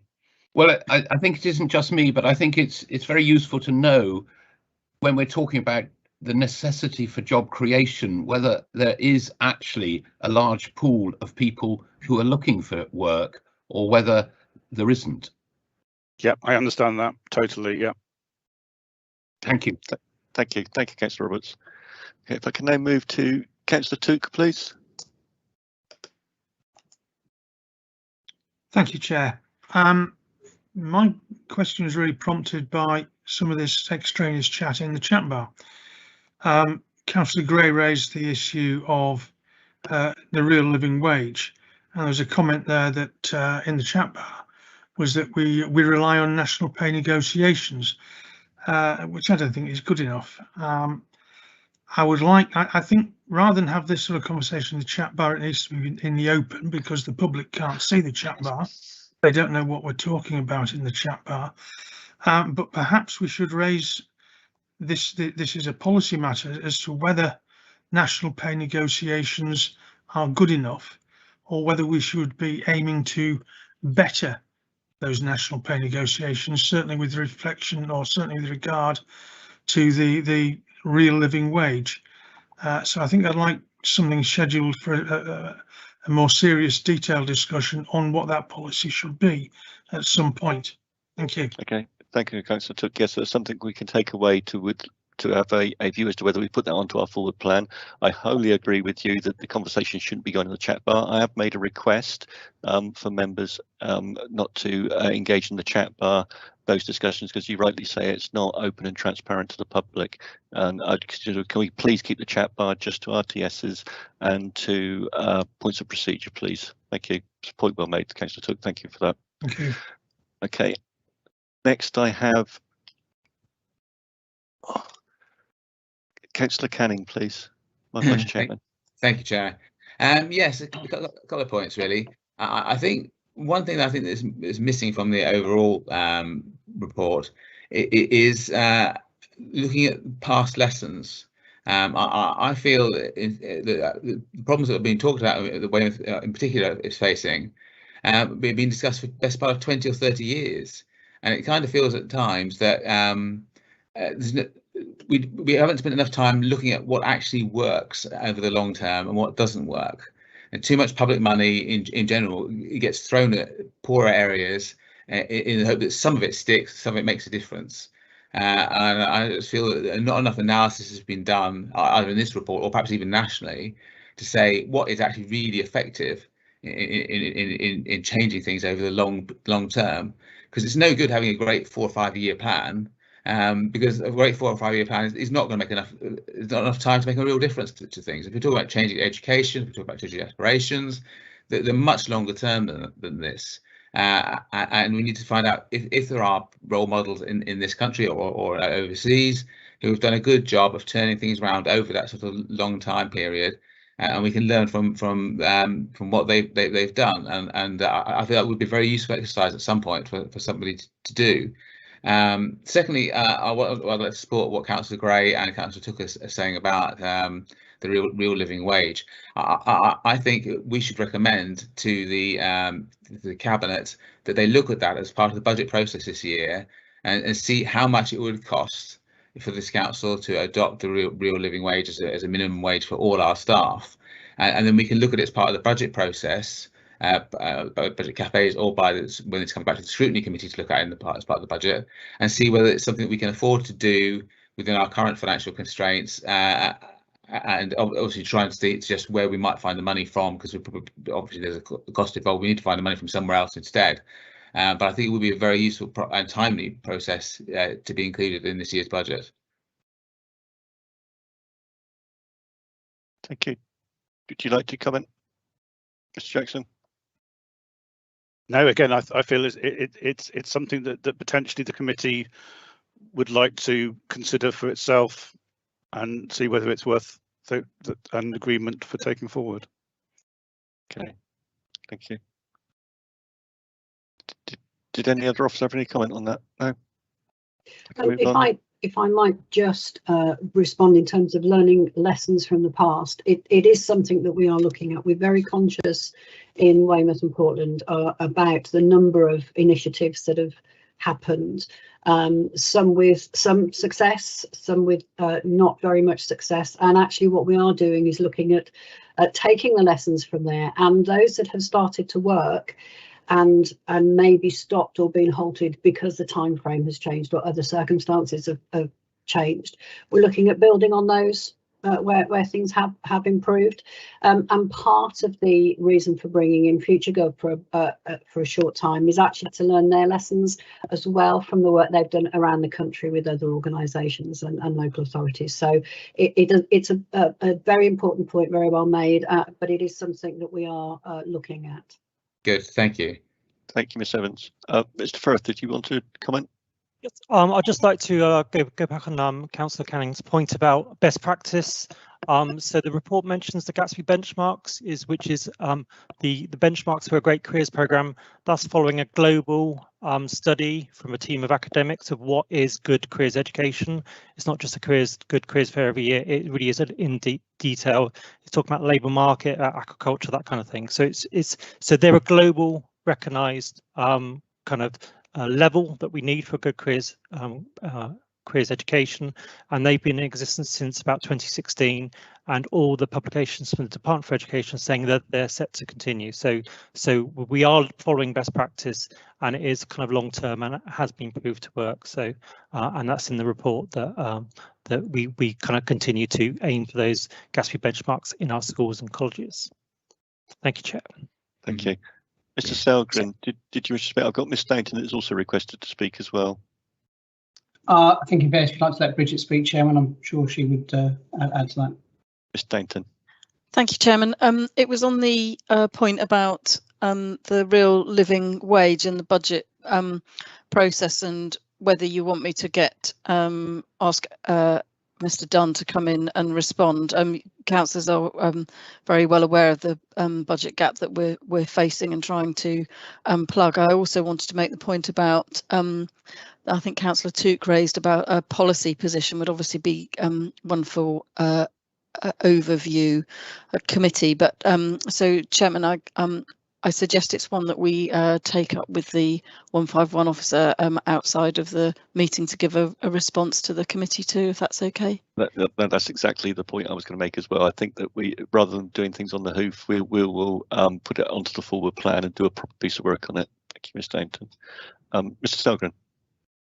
Chairman, just the only thing I'd add to that is that other councillors, and in fact my previous one, we went through the issue about living wage and so on. One of the things, if you are minded to do that wider piece of work, is the implications in terms of suppliers. Obviously, the council is a significant employer, and there'll be a direct impact there, but it does tend to follow that councils consider the implications in parallel with that of those effective they use as part of the supply chain. So I think you just perhaps take some advice from Section 151 officer about scoping such a piece of work to make sure that it's something that is is deliverable and realistic, if I may. Yeah, certainly. That's precisely the reason I don't want to debate it now, and rather do that serious piece of work on it later on. And if I may, Chairman, that's a sound decision, and happy to pick up when you and I next discuss the work of the committee to progress that with Section 151 officer and Bridget. Thank you. And it hasn't escaped any of our notice the severe financial constraints that we're under as a council authority as well. Okay, thank you.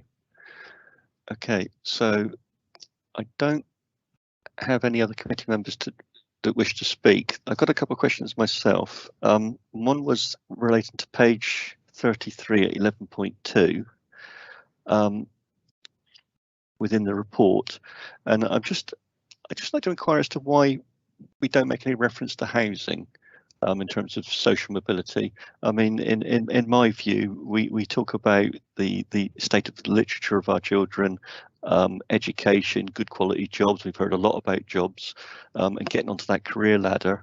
But to my mind, we need to have adequate housing for these children to be living in. If the housing's poor, if their home life is poor, if they've got inadequate housing, then that impacts on their upbringing, on their education. We know that we're criticised internationally in this country for building small houses. We build small houses on small plots of land.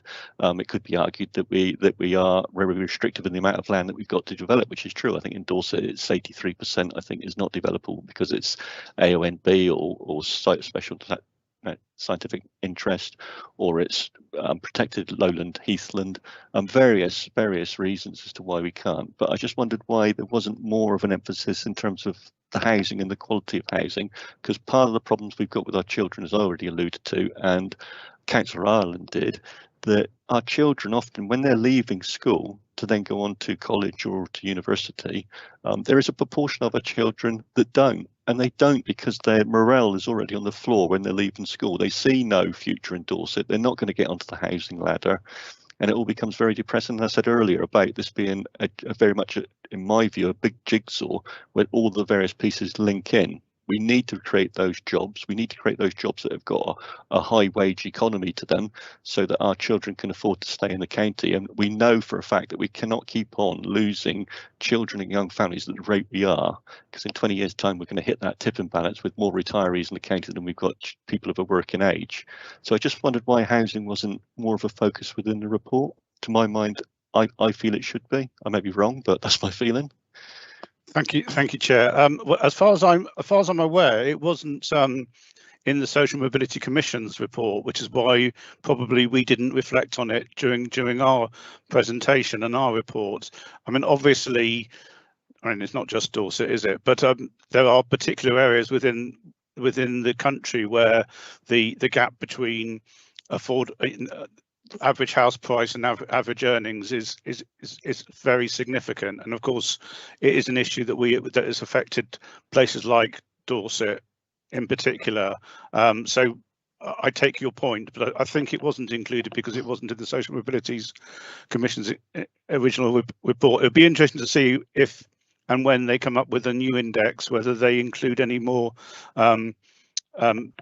measures in relation to housing affordability and housing. Thank you. I just felt to understand if we're going to create these great jobs for our children, if they can't actually afford to live here, then surely there's a gap in what we're trying to achieve.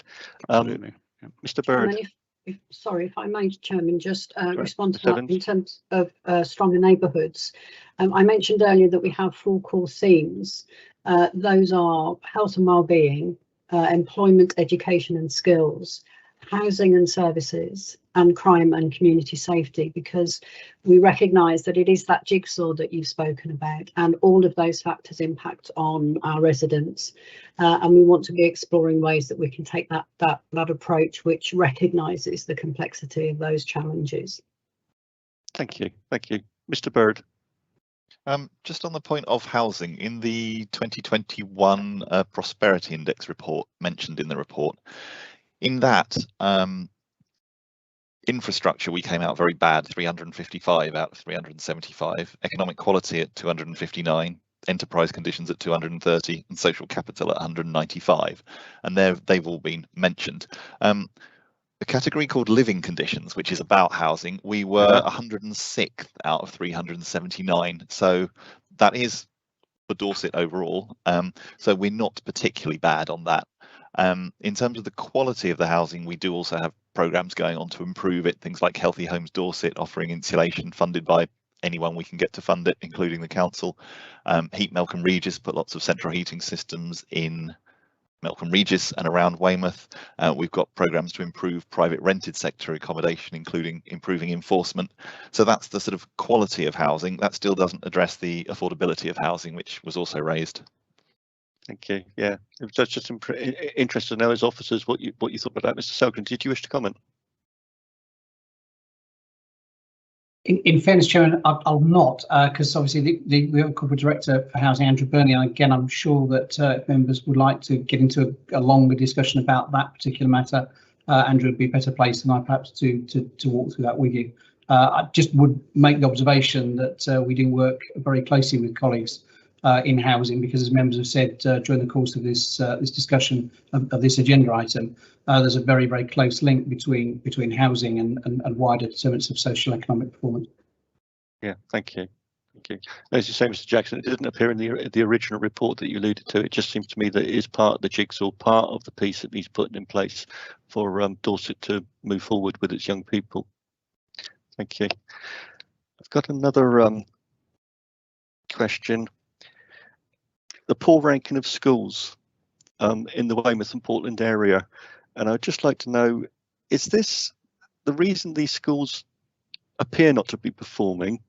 Is this down to the infrastructure, the fabric of the actual schools, the bricks and mortar, the fact that the schools are not of a quality that we should have in this day and age, and that is having an impact on the children's mental attitudes within school, within their learning and their educational performances? Or is this something that's more of a cultural thing that I heard in the meeting earlier? Obviously, I'm not from the Weymouth and Portland area. It's not my ward, but I've heard that they are all academies. So is this an actual culture within the academies themselves that we're not getting probably the best from our children in this area? Chairman, I wonder, I think Vic Verma's on the call. He's probably best placed to answer that question, Chairman. Thank you, Ms. Staunton.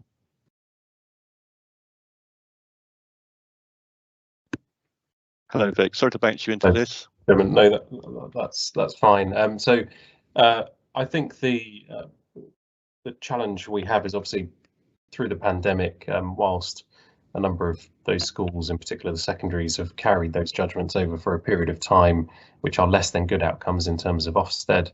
Ofsted obviously stopped inspections for a period of time during the pandemic to allow schools to respond. So schools haven't been inspected again across the county, but those have been switched on this academic year, and we've seen a number of schools have different judgments now, some years on. So it's difficult to use the Ofsted judgment to solely whether education in those schools is good or better, because they haven't been inspected for some time. And then likewise, in terms of the attainment data, you'll be aware that children weren't sitting formalised standard assessments in the normal way for the last few academic years. So again, a lot of the attainment data that we would be using to track and monitor progress in our schools is from 2019. In my role as Director of Education, I work with schools and academies alike, so we work very closely with them in terms of inclusion. I don't think it's so much a matter around the fabric of the buildings themselves. I think it's about the wider support to schools around the work that we do with schools around inclusion, around family working, around supporting vulnerable learners, and also making sure that we're challenging our chief execs and head teachers of those schools to deliver the best education for those children. So it's something that we support in, I suppose, as system leaders of education in Dorset, the Dorset children, and I work closely with those chief executives and heads, but nonetheless, those chief executives and heads are responsible for school improvement in their schools. Thank you, Mr. Verma. Yeah, and I take your points on board. But obviously, this, in terms of social deprivation and the significant issues that we've got in the Weymouth and Portland area, this didn't happen overnight. This has been something that's been building for many decades to get to the point that we're at now. So I'll look on with interest as to how we're going to rectify the situation we've got there and see improvements going into the future. Thank you for your comments. Thank you. Okay, I've got no other requests in the chat bar. I'm just going to make a comment now concerning one aspect of the report, and I think Miss Downton will probably pick up on this, and that is on page 38. There's one paragraph in there that reads, our locality model enables us to respond to the unique needs of each place and to connect to the local context our children grow up. We're committed to an asset-based community development approach to harnessing community assets to build in local resilience in local situations. We as members know that as officers speak. I'm saying this very tongue-in-cheek. The report was absolutely excellent, but it's picking up on a point that Councillor Gray made earlier about how we write these reports, and the public aren't used to reading these types of reports, and this is a public meeting.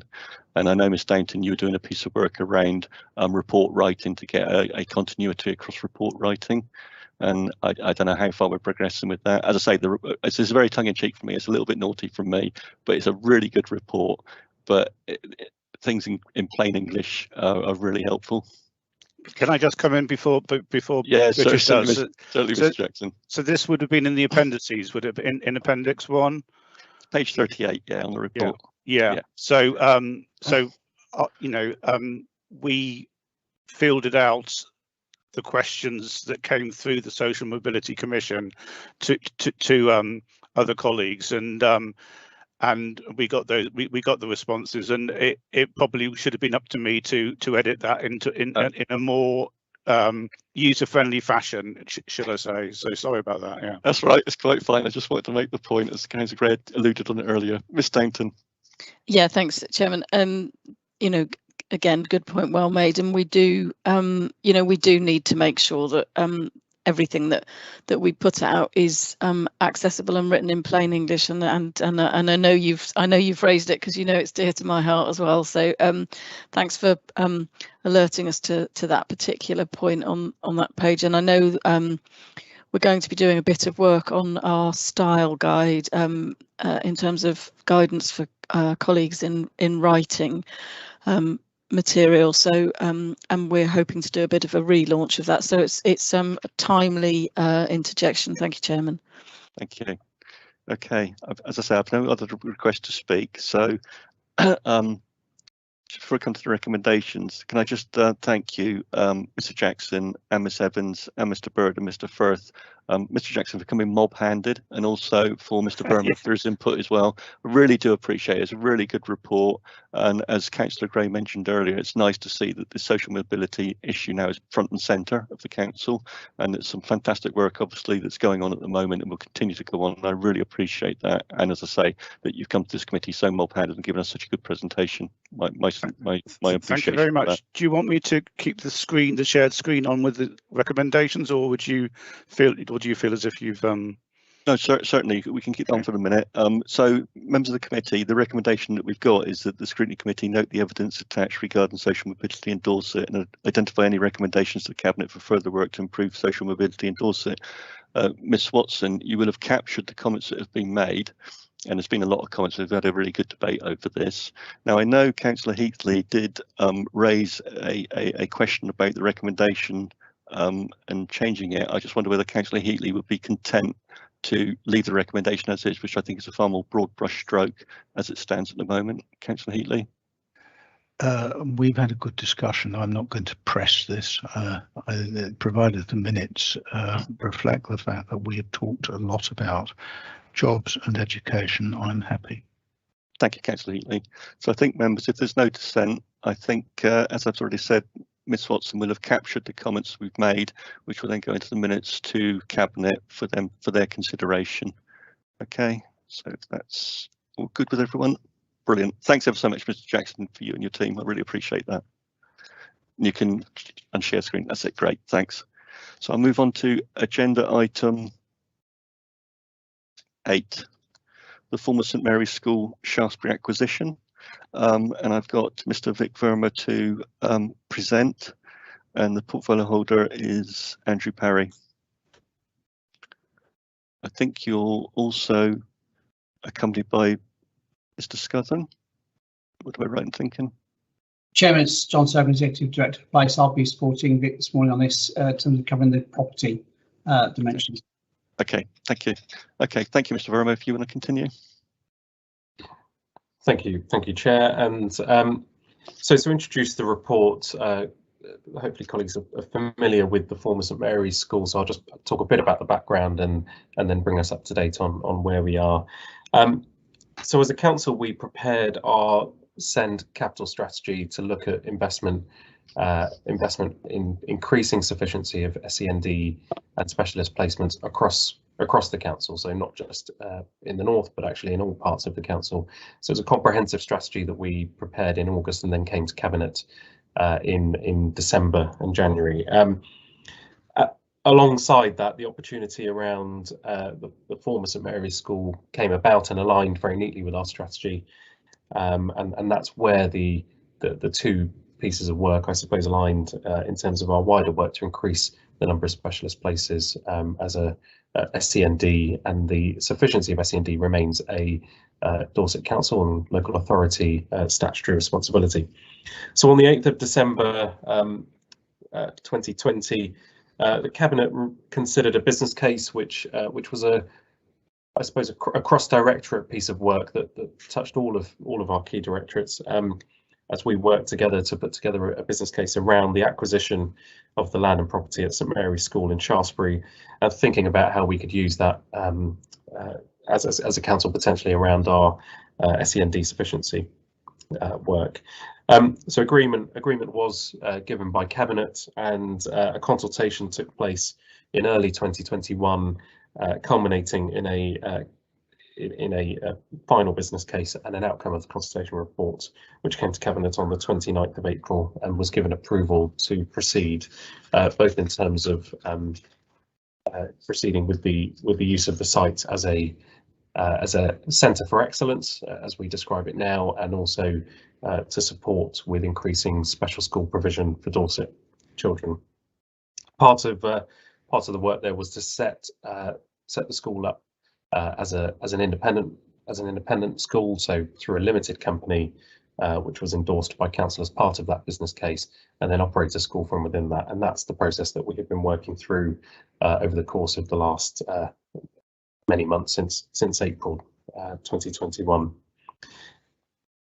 As an existing school, it already had a number of facilities. It had a number of equipment that we acquired as part of that purchase, but we also knew that there were adaptations that would be needed to support the learning of children with SEN, because formerly it was a school, an independent school for girls with some residential facilities, but actually creates massive opportunities for the council in terms of potentially a school for 280 children with SEN, supporting us with our sufficiency duty, but actually some really ambitious opportunities around learning, around the fabulous opportunities on the grounds of the site as well, which we can then bring into use as part of the wider curriculum for children that we educated there. When compared, so the council purchased the site for approximately £10.5 million, and there is some investment and work happening at the moment to adapt part of the school buildings. In terms of energy efficiency, and I'm sure my colleague John Selborne will be able to talk more, but the site already benefits from a number of schemes such as solar energy and biomass. So whilst there are some parts of the building that are quite old and visibly old, actually when you look beyond that, there are some quite modern buildings and energy efficient buildings in there as well. So creates a number of opportunities for us in terms of respite care, in terms of sorry, not respite care, sorry, in terms of potential around care, care for children, children in care, also opportunities around alternative provision to be taking place on that site because of the vastness of the site and the opportunities that are there. But also as we work with our colleagues in adult services to think about our birth to settled adulthood strategy. So that's one, just a brief overview of what the school will achieve. But as we look more broadly, there are other schemes, and I know that we've had a number of questions in the past around how the remainder of the capital strategy will be delivered, and there are schemes.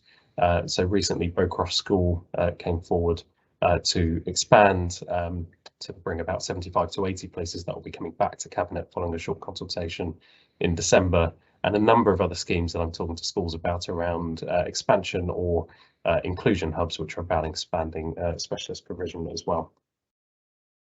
I'm happy to pause there, Chair, if there are questions specifically on the acquisition. I think the report sets out the wider ambition for St Mary's, which will now be known as Coombe House, and the Dorset Centre of Excellence to deliver excellence in terms of research and practice, and we see a number of opportunities around that. But most importantly, a high quality learning environment for our children and young people from 4 to 19 with SEN. Yeah, I'm happy for you to continue with your report, Mr. Verma, and take the questions at the end if you've got more to say. Yeah. Okay. Thank you. Thank you. I may bring in that case, my colleague John Selgren around the building project that's been undertaken over the last few months since approval. Certainly. Chairman, I hadn't got a great deal to add this morning. As you gathered, Paul Scrutiny can't unfortunately with us. In terms of the fit out's been done, so we've been doing that in-house as Vic has indicated. So our own property and assets team have been doing that within an approved budget. I've got Matthew Parsweber with me on the call this morning, who has been involved in the delivery of the project and may be able to add perhaps on some specific questions. But I think in many senses the focus here is on the acquisition process, which Vic has described in the report and in his presentation a moment ago. Certainly, thank you. I don't appear to have any questions in the chat bar at the moment. I've got a couple myself. So in terms of, just go to the page 48, 49. And obviously we're in a situation where we've acquired the site and now we're doing the work on it. And in your report, you state that the works are being undertaken and we're committed to those. And I think we've given a budget allocation of 15 million to do those allocated works. And I'm just wondering whether or not you have a confidence that those works, necessary works, are going to come in either on budget or under budget. Because I appreciate the fact that due to COVID, building supplies, building materials have all escalated massively in price. So I just wondered what there was a risk there. Thank you.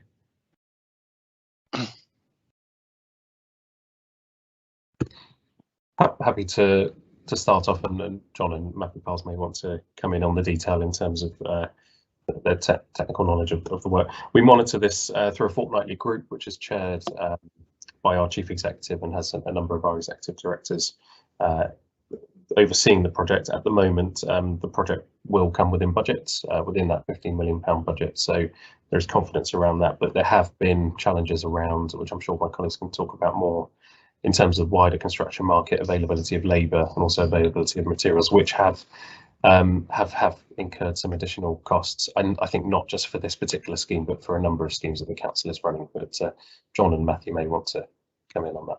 Yeah, I mean, Chairman, I can confirm that is the case. So across a number of projects that the Dorset team are dealing with, the costs have risen because of material shortages. As Vic said, we contain those through careful project management. This has been something that is industry wide or nationwide in effect. So it's well known, but we do keep a close track on it. In the main, we tend to use suppliers that are on framework and similar contracts with us, which gives us a degree of protection against price inflation and so on. A lot of the issue actually has been around the supply of materials. So there's been a delay in the delivery of materials to site on this and other projects. So that in a sense has been the more difficult thing.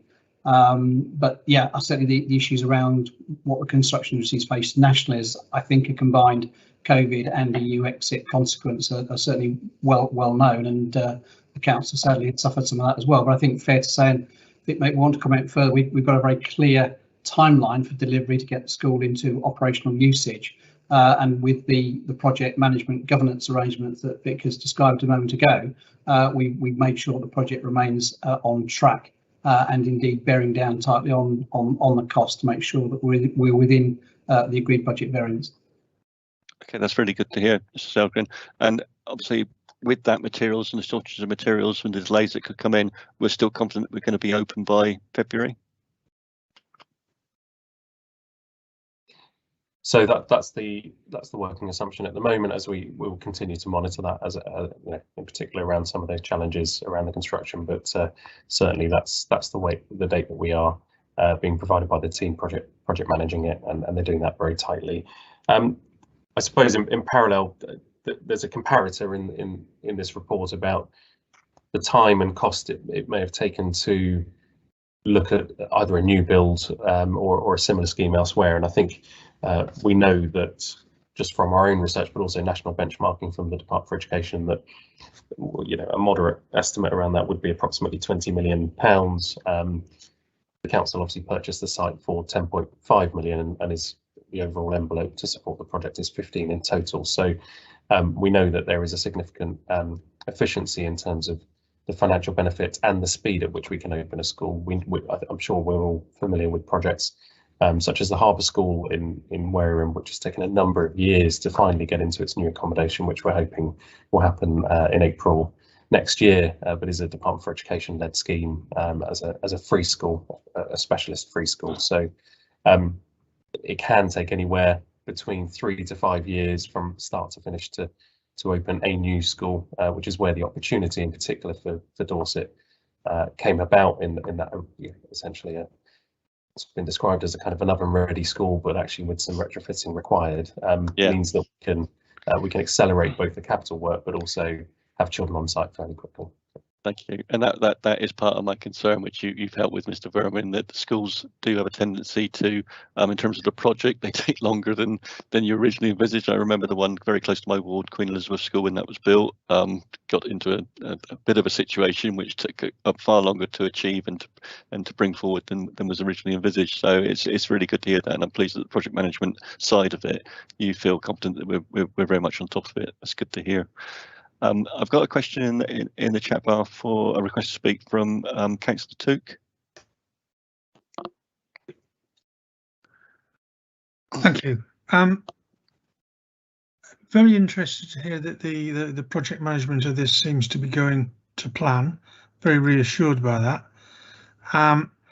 We do have an awful lot of projects that the council does where project management is a key part of running the project, and some of those projects are substantial. This one's £15 million project, other ones are well into 7 or 8 figures anyway.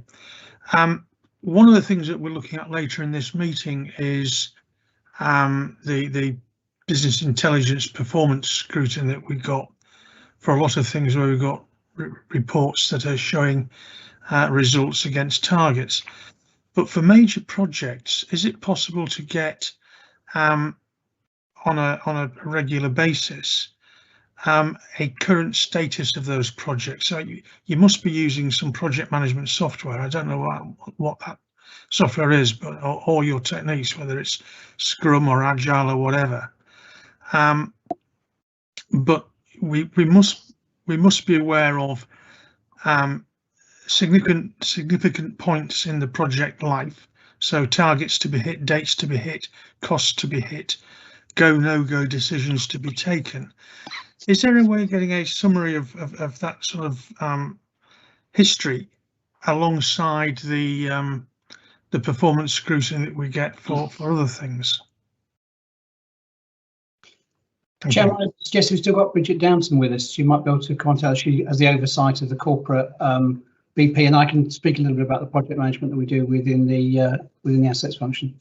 Certainly, Ms. Dainton. Thank you. I'll respond, and I see that my colleague David Bonner has also asked to speak, so he'll, if you could bring him in afterwards, Chairman, as well. I think it's it's a good point actually about how this sits with our regular performance reporting, and I would like to take that away and talk to David Bonner about that, because I think the performance reporting that we provide to Scrutiny at the moment is, as colleagues have said, is actually around our services and our functions rather than around projects, and I think that is something that we need to take away and have a look at and see what would constitute an appropriate approach for monitoring those projects, because I think it is a good point, well made. But I'd like to ask Mr. Bonner if he's got anything to add, Chairman. Yes, certainly, Mr. Bonner. Thank you. Yes, thank you, Chair. I absolutely echo everything that Bridget just said there. Just to say that in the existing tool, there is a section for committee members at the top of the tool, which provides an overview of transformation activity across the council, and that certainly could be an area that we could enhance to include some more specifics around milestones and deliverables. So I will pick up with Bridget outside the session to look at that. Thank you, Councillor Took. You happy with that? Yeah, I think it's something that we need an oversight of. And project management it's an art form, and it's not an easy one, but there are also some software tools that people use that you can very quickly get reports out of to show you where you are, and these are designed for board level consumption, not project management consumption, which I think is what we need. We are in the equivalent position, if you like, of the board of directors of a company who just want to know how the project's going and to keep it on track, because we have a responsibility as councillors. We are responsible in the end for these for performance against these projects. You are right. But yeah, as long as we can look at a way of bringing that to our notice, that would be great. Thank you. Yeah, thank you. Yeah, you are correct that councillors and officers have a duty to the public purse, and there is a view, rightly or wrongly, that local government in projects, they do tend to slip, and I think we need to be, I'm not saying that's Dorset Council, we've done that, I think we've been performing very well, but I think within local government right nationwide there is a need to be leaner and meaner on how we do these projects, and we perform and we actually deliver these projects. So I take your point, Councillor Took, and Mr. Bonner and Miss Downton can do a piece of work around that, and it would be good to hear the outcomes of that. Mr. Selgren, do you have anything else you want to add? Specifically, as I do to confirm, Councillor Took and other members on the call that within the property assets team, we do use software to support project management to make sure things remain on track and on budget. And I think we would have a way of feeding those up. Certainly, a particular project I'm closely involved in at the moment. As Councillor Took suggests, that's exactly what we're doing. There's a project team. We've got a lot of very detailed information, as you'd expect, and then there's a level of reporting that goes up to effectively executive board level level where those high level statistics are reported. So again, I think, Chairman, I can work with Bridget and David outside of this meeting to see if we can progress the thought that you've picked up this morning. Thank you. Thank you very much. Thank you, Councillor Took. Just before I bring Councillor Taylor in, if there's any non-committee members that wishes to speak, now's your opportunity, because I'm not going to allow any other non-committee members to speak after Councillor Taylor, unless you put something in the IRTS. Okay, Councillor Taylor. Just to say, St Mary's acquisition, fantastic. It's a flagship for Dorset all across the board. I'd like to see personally, it's the measuring of the skills for education that's going in there, because when we start rolling with this, we are going to be watched by a lot of people around the country to see how successful we are. Do we have a plan going forward of how we are going to be excellent in giving education? That's the question, because we need to show Dorset is shining. Yes, how do you benchmark that, Mr. Verma? Thank you. No, I really appreciate the question, because I completely agree, and I think whilst we're focused on getting through a build project here and a registration, the really exciting part is when our children arrive on site and receive a fantastic and ambitious curriculum, really. So certainly the bit that I get most excited about. I think as we look forward, one of the key and fantastic opportunities at the site is the abundance of space and buildings that actually, with a modern kind of almost like a building schools for the future type project, isn't necessarily always thought of. So we have looked, and part of what's in the business case originally from Cabinet was that we want to use part of that building as a centre of excellence where we can bring together our colleagues in health, our own colleagues in the council in terms of our children social care colleagues, education colleagues, SEN professionals, to work together in terms of research and practice, and I'm sure colleagues will be familiar with examples like the Cambridge Business Park and those kinds of places where actually you have multidisciplinary teams from different parts of the sector working together to share ideas, to share knowledge and skills, which would all have a benefit to education, I think, not just in the school itself at Centre of Excellence, but also more widely to Dorset. We absolutely, we're very bold about the fact that we think that this can be a national beacon in terms of SEND expertise coming together. So as opposed to, I suppose, both measuring the quality of the improvement of education for our own children, we think that we can also have support other local authorities and other places in terms of bringing together those conversations. So I think this absolutely could be a national beacon for excellence in supporting vulnerable learners, perhaps not just SEND learners, but more widely vulnerable learners. And there's an enormous amount of ambition for how the physical presence of St Mary's could do that, but also the fact that we would have multi-agency teams of professionals working together. So I'm sure you can see the enormous opportunities for innovation and expertise to come together there. But do we have a plan of education going forward so we all understand how we're going forward with it? Sorry, Councillor, do you mean specifically in the school? Yes. In the new school that will come forward? Absolutely. So there is a curriculum that's being developed, and that will be run through when we register with Ofsted. So when the builds work comes near to the end, that will be tested by Ofsted as part of our registration as a new school, and colleagues are busy working away on lesson plans, on the wider curriculum, all the way from 4 to 19. And I'm sure that they'll be able to share that in the new year, coming back at some point. Thank you. Good luck. Thank you. Chairman, thank you. Just to remind councillors that the People and Health the People and Health Scrutiny Committee is also looking at an item around the school, which is specifically around the area that you've been just discussing around outcomes for children and young people. This committee was looking particularly, as you know, Chairman, at the acquisition. So councillors might be interested when that report comes, which will be after the school has opened and has had some time to start providing those services to children and young people, and then sometime after that we'll be able to provide an update to that scrutiny committee about how that's going. So some councillors from here will clearly be interested in attending that to hear about it as well. Thank you, Ms. Hayden. You beat me to it. We are the place and resources. You beat me to it. Hang on. Thank you. Okay, I've got Councillor Andrews next. Yeah, can I just go back to what Ms. Dayton said earlier, that there isn't currently a project plan in place? Well, I misunderstood that. Chairman, sorry if I gave that impression. I wasn't saying there wasn't a project plan in place. What I was saying was I think the performance dashboard that you look at regularly in this committee, as David Bonner pointed out, has got a section on it around transformation. But I was saying I think we need to make sure that all the information that we have got around those particular projects like this one, and there are others, is incorporated in there somewhere. So I wasn't saying there wasn't a project plan. I was saying I'm not sure to what extent it's incorporated in your reporting tool at present. Okay, so I can take it from that answer that then there is a project plan in place for this, because I'd be very disappointed if there wasn't a project plan.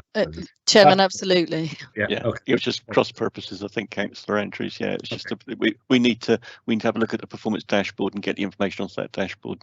Thank you. That's good, thank you. So thank you, Councillor Taylor. So page 45 at 1.2, 1.3, the Cabinet decision on 29th of April 2021 was the door left open to future explore the possibility of using some of the site outside of SEND provision and educational provision, has been of a view that all the council assets need to be sweated now, and they all need to be able to wash their own face. So from the finances point of view, with the £11 million that this acquisition has cost, plus a further £5 million in terms of the project that's going on to upgrade the school and the buildings, will that, budgetary wise, will that be accommodated by just using SEND provision? Was the cabinet decision so watertight that we can't use various aspects of the school for other purposes? So I think educational provision will obviously be key, will be a significant benefit, and will use a large proportion of the site. We also look at wider opportunities around, and these are set out in the business plan for the site, in terms of, as I said, alternative provision, potentially around care. So there are a number of schemes. The primary focus at the moment is absolutely on ensuring that the school is open, because that is the most significant revenue benefit for the council, and also to make sure we've got that educational facility available for children. So so that's the core. The entire lease of the sites will be granted to the company that's been set up, which is a wholly owned Dorset Council limited company. And I know that those discussions are kind of ongoing, really, in terms of colleagues. But John, I don't know if you wanted to come in there as well. So, if I may, Chairman, thank you. So just to add to what Vic has said, so primary focus is on the educational use and the benefits for children's services. But as Vic has said, there's a very important pathway, and one members will know is one that all councils and Dorset Council included need to look carefully at, which is the transition between childhood and adulthood, in particular that handoff between children's service responsibility and adult service responsibility. So again, I know that, as Vic has indicated, children's colleagues are talking closely with adults about that potential. And then, in a sense, the third bit is there any usage of the site beyond that? So I think the primary one, as Vic has said, is around the educational use, the benefit for children's services. Then to do other things that relate, that are have a synergy with that primary use, and to look to develop that. And then the third consideration from assets point of view is there any further opportunity to utilise that package of land for council services, or indeed, as I think you're indicating, other income opportunities. But that would be the property strategy approach to the site. Okay, so that's really good to hear, because as you are aware, Mr. Selgren, I was one of the councillors that has visited the site, and it is extremely expansive. It's a very, very large site with huge potential. So that was good to hear in terms of a plan going forward as to how we can use that site. I'm guessing also that obviously part of from the resources point of view of this committee and the budget aspect of it, there is going to be huge savings in our children provision that we used to send out to the county, that we can now bring them back into the bosom, if you like, of Dorset, and so they can receive their educational needs much closer to the home. Sorry, Mr. Verma, you want to come back? I did. So one of the key considerations with any work that or any services that we deliver from that site is obviously where we have vulnerable children, whether they be children with learning difficulties, special educational needs, or potentially other children in care, for example. The other services that we do operate from that site are complementary of the wider safeguarding duty that we hold as a council to those children. So obviously there are some potential opportunities there that wouldn't necessarily work well with having a school on site or having vulnerable learners on site.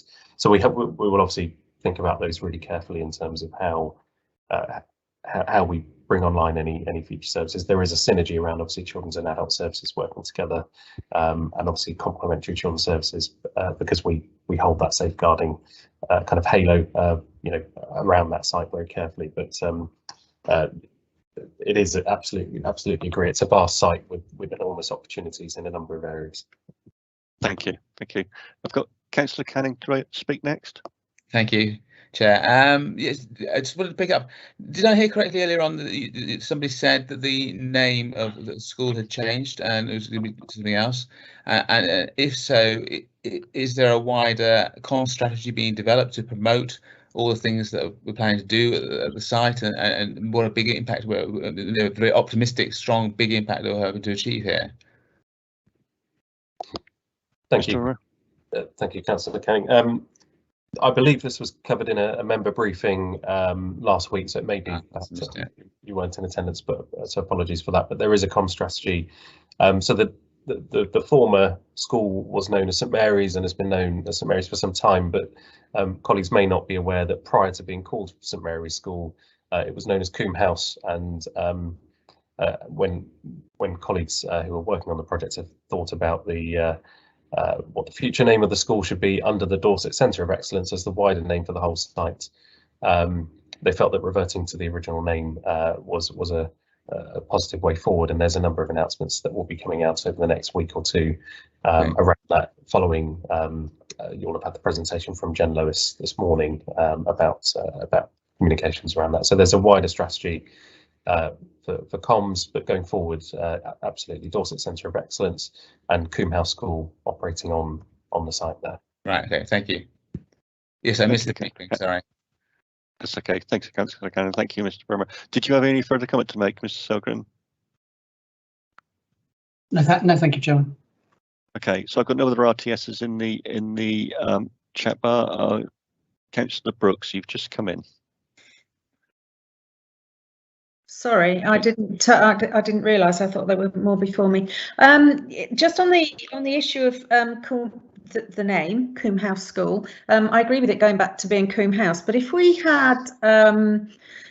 do develop further adult services on that site, would the term school be the most appropriate? Would it be not better just to call it Coombe House, so that it leaves our options open? Thank you. Mr. Burmer. Yes, of course. So the site, the entire site will be known as the Dorset Centre of Excellence. The school within the site will be known as Coombe House School. So that does give some latitude around other things operating on the site with perhaps different names or different brands, I suppose. But fundamentally, the entire site will operate as the Dorset Centre of Excellence, and the company that the council set up to operate the site is known as Dorset Centre of Excellence Limited. Okay, thank you. Okay, thank you, Councillor Brooks. Thank you, Mr. Burmer. Again, another excellent report. Really appreciate the work that's gone into this by the officers. We've got a recommendation here that the committee notes the report and the committee to raise any comments for further consideration if required. I think we've given it a fair debate. It's obviously something that's going to be looked at across the chamber with all the 82 members taking a keen interest in this. It was a ambitious and brave decision, I think, by the council to go for this, and it has huge potentials going forward in terms of the education of our special needs children and those that are more vulnerable. I just quickly ask, have we had any interest from other authorities about sending their children here? It's probably too early in the day, but I just wondered whether there has been any interest, because we, as comms team, have really started to build this up now as it's going to be a centre of excellence. Happy to answer that, Chair. So we're in communication, and I'm in communication with our counterparts in neighbouring authorities who will have an interest. We've always been very clear as a council that this is primarily for our Dorset children and to help us address the number of children that are in independent settings, in particular those out of county. So we would absolutely want to ensure that they have the first priority, but there may be opportunities for neighbouring authorities to place there as well. But as we've always said, it would be Dorset children first, and then we look at making sure that after we've commissioned those places that there may be some opportunity around the neighbouring authorities. Yeah, fully understand that. That's great. As I say, thank you, Mr. Verma and all your team and the officers for the report. I really appreciate that. If the members are happy, then as laid out in the recommendation, Ms. Watson will have captured the comments that we've made, and they can be passed on to Cabinet. So with that, okay, thank you. So I will now move to agenda item 9. So we have the Dorset Council Climate and Ecological Emergency Strategy Progress Report with Anthony Littlechild, Sustainability Team Manager, presenting, joined by Mr. Matt Reeks, and the portfolio holder is Councillor Ray Bryan. So over to you. Sorry, Matt, are you presenting? Yes, thank you, Chairman. Do beg your pardon. Good morning, members. Matt Reeks, Service Manager for Coast and Countryside. I'm conscious of time, Chairman, so I'll keep my introduction fairly short, but happy to take questions as required. Okay. Scrutiny takes as long as it takes Mr. Reeks. I'm sure if we need to, we can extend the meeting, but I do appreciate the fact we need to press on. But you carry on. Thank you. Thank you, Chairman. So the report is brought forward for your attention today as a result of the recommendation coming from Scrutiny in May of this year, when we brought the draft strategy and action plan before you to provide you with 6 monthly updates, and also to present for your consideration the first of the public-facing reports, which were a commitment that we made in the strategy and action plan because it was considered highly important by the members of the public that took part in our consultation. The public-facing report you will see is attached as Appendix A, but I'd ask that you note it is pre-graphics design stage, so there is some more work to do on it before it is finally published in early December.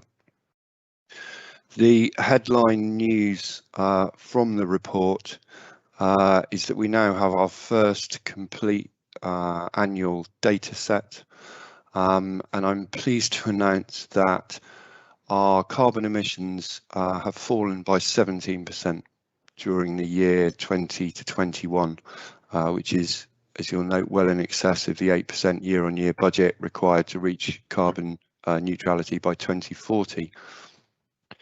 It's important to note the impact that the COVID pandemic and associated lockdowns have had without doubt on our carbon emissions. However, as members will see from figure 10.2, whilst there have been some significant reductions, there's also been some increases brought about by the effects of the pandemic around fleet fuel and travel fuel, primarily due to the need to put on COVID secure transport arrangements. So we need to be aware that COVID has had a positive increase on our carbon emissions, but we need to be minded of what it's shown us that can be achieved. So what changes we can make in a short period of time to our carbon emissions, and we need to make sure that we lock in that ability to change. And in coordination with much of the other transformation work going on within Dorset Council, to retain as many of those carbon reductions going forward as possible. Members will also be interested to note that the figures for the wider Dorset Council area show a 6% reduction between 2017 and 2019. The reason for that delay is much of that baseline work relies on data published by BEIS, central government, which by default has a time lag on it. So we aren't able to produce such real-time annual reporting for those area-wide targets. It is below target, the 6% reduction, but I'd also ask that members note in that scenario, it's important to remember that Dorset Council only has control of and is responsible for somewhere between 1% and 2% of the carbon emissions of the Dorset area. So in terms of what we are responsible for, the headline figure has to be the 17% reduction that we've seen from Dorset Council's own admissions. Members will note from Appendix A and the report that we've taken the opportunity to highlight some particular successes within the public facing.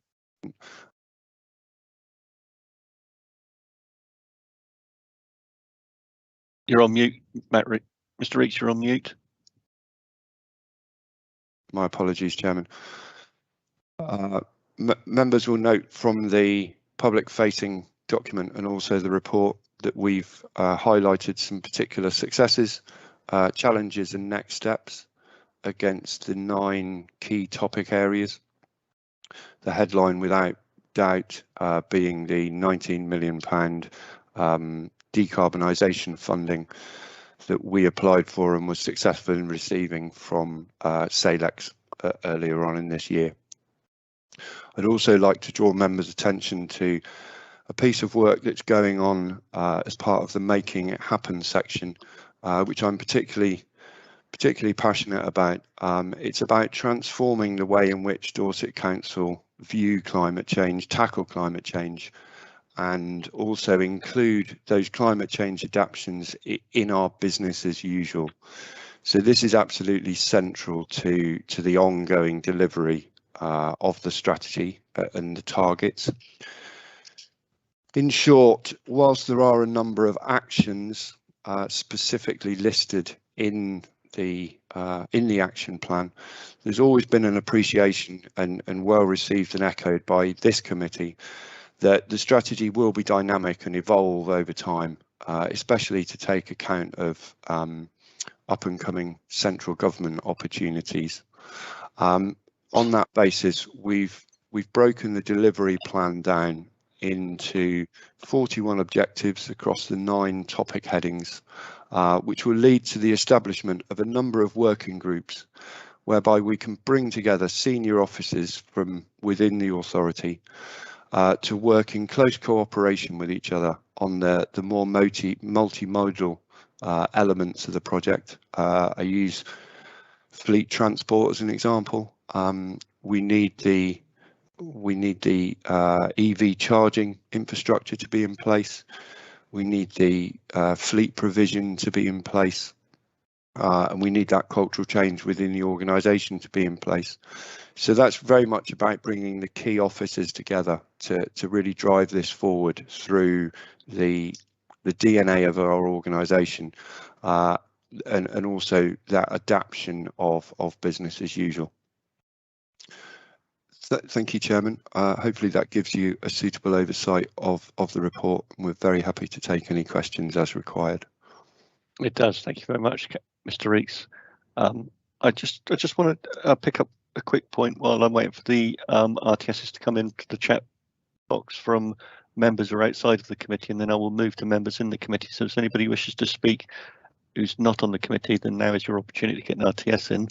And that was what I wanted to ask you was that on page 55 at 10.1, 10.5, I think we've got a typo there. Just wanted to get a clarification on that. It talks in 10.1 about an 8% on year budget to reach carbon neutral. And then we've got this wrong. And then it says a reduction of 9% in the carbon budget. And I'm assuming it's 9%. So I just want a clarification in the report.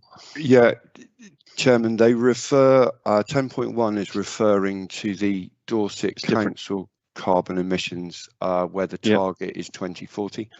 10.5 is dealing with the wider Dorset Council area, where the neutrality target is 2050. It's 2050. Got you. Thank you. Okay. So I've got a question from Councillor Rowe. Councillor Rowe. Thank you, Chair. It's just a very quick question, actually, about natural assets and the need to establish a baseline and set targets for improvement. Can you tell me when that will be achieved, please? Yes. Thank you, Chair. As I think we've discussed before, whilst the climate element of the emergency, the carbon reduction element, although complicated to collect, that there is a clear performance indicator in terms of the carbon emissions. The ecological element of the action plan is somewhat more difficult. Primarily owing to the type and variation of habitats and ecological biodiversity value that we have within Dorset. So we're working with colleagues to extrapolate something from the site of special scientific interest scoring mechanism, and also looking at some opportunities to sort of create some baseline survey sites across the county, scattered across the relevant different habitats we've got. As members will be aware, Dorset's home to pretty much the entire spectrum of ecological valuable habitats. So we need a bespoke system which will allow us to make evaluation of progress. The other one I would draw attention to is around the highway verge cut and collect method of working, which is actually included in the key performance indicators dashboard in terms of number of square metres brought into that scheme per year. Thank you. Yes, I appreciate it must be really difficult to set that baseline, but it is really important piece of work, and yeah, I can appreciate it's difficult. I've just got another very quick question, if I may, about the green tourism, the 10 million through Southwest Partnership. Have we got that money, or are we trying to get that through Southwest Partnership? I think Anthony's on the call. Anthony, you're able to jump in on that one? I can. I don't know the full details. I can go and find out further, but I believe that is a piece of work which has identified a potential project for which would need 10 million across the piece, and there's some work going on to look at ways to try and get that funding. So I don't think it's money that we've actually got yet, but money that the partners and the group are trying to look for. Oh, thank you very much, because that could make such a big difference, couldn't it? It must be really frustrating that you're dependent on all these different pots of money coming in. It's very, very difficult. Thank you very much. Thank you, Councillor Rowe. Okay, next I've got to speak is Councillor Taylor. Yeah, thank you, Chair. A brief discussion really about the charging points across Dorset. I know there was funds being secured to get so many charging points in certain places. How are we going forward, as we have now got these electric vehicles, I think, charging across Dorset, because we haven't been told as councillors where these points are, so we could actually direct people to them if they need to charge. Is that an ongoing thing? Mr. Reeks. Yes, thank you, Chairman. As members may or may not be aware, there's a further £500,000 worth of private sector and government investment planned over the next year to add to the continued rollout of EV charging points. We're currently looking at some across our country park network, as well as specifically some sites in East Dorset, as well as other areas of the county. There's a number of sort of early stage discussions taking place with the private sector around some really innovative opportunities to bring solar into that equation to create that sort of circular green economy piece with it. As part of the continued communications around the strategy and action plan, details will be promoted and forthcoming around Dorset Council's approach to EV charging, and also what that rollout looks like and what is planned.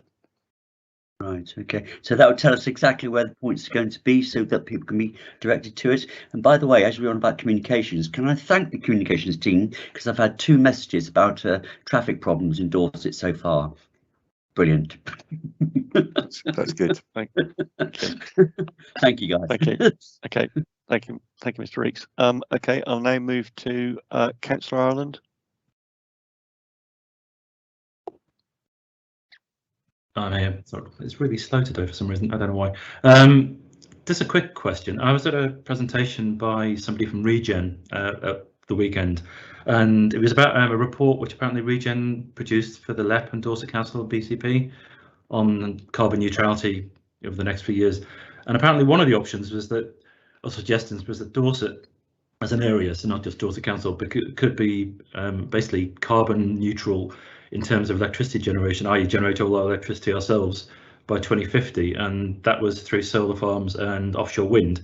So my question is, what is this council doing about basically producing large solar farms on our own land, or encouraging investment for large solar farms on other land? Because we have a lot of low-grade agricultural land which potentially, if we used, wouldn't impact food supply.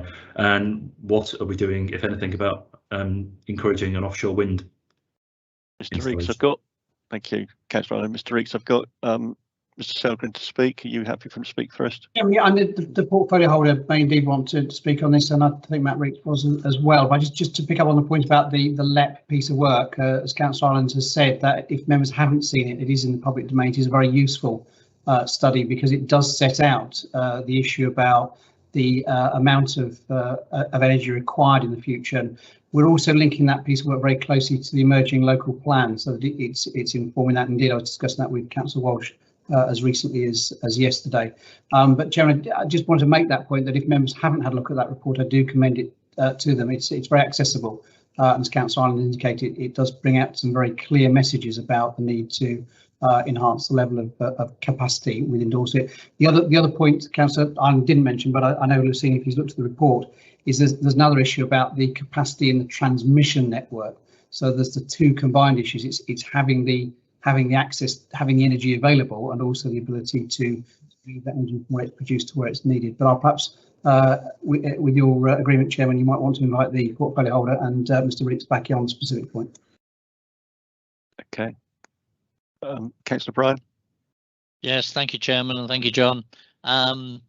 We've been working quite closely with a number of partners over the last few months to develop a plan for solar farms throughout the Dorset area.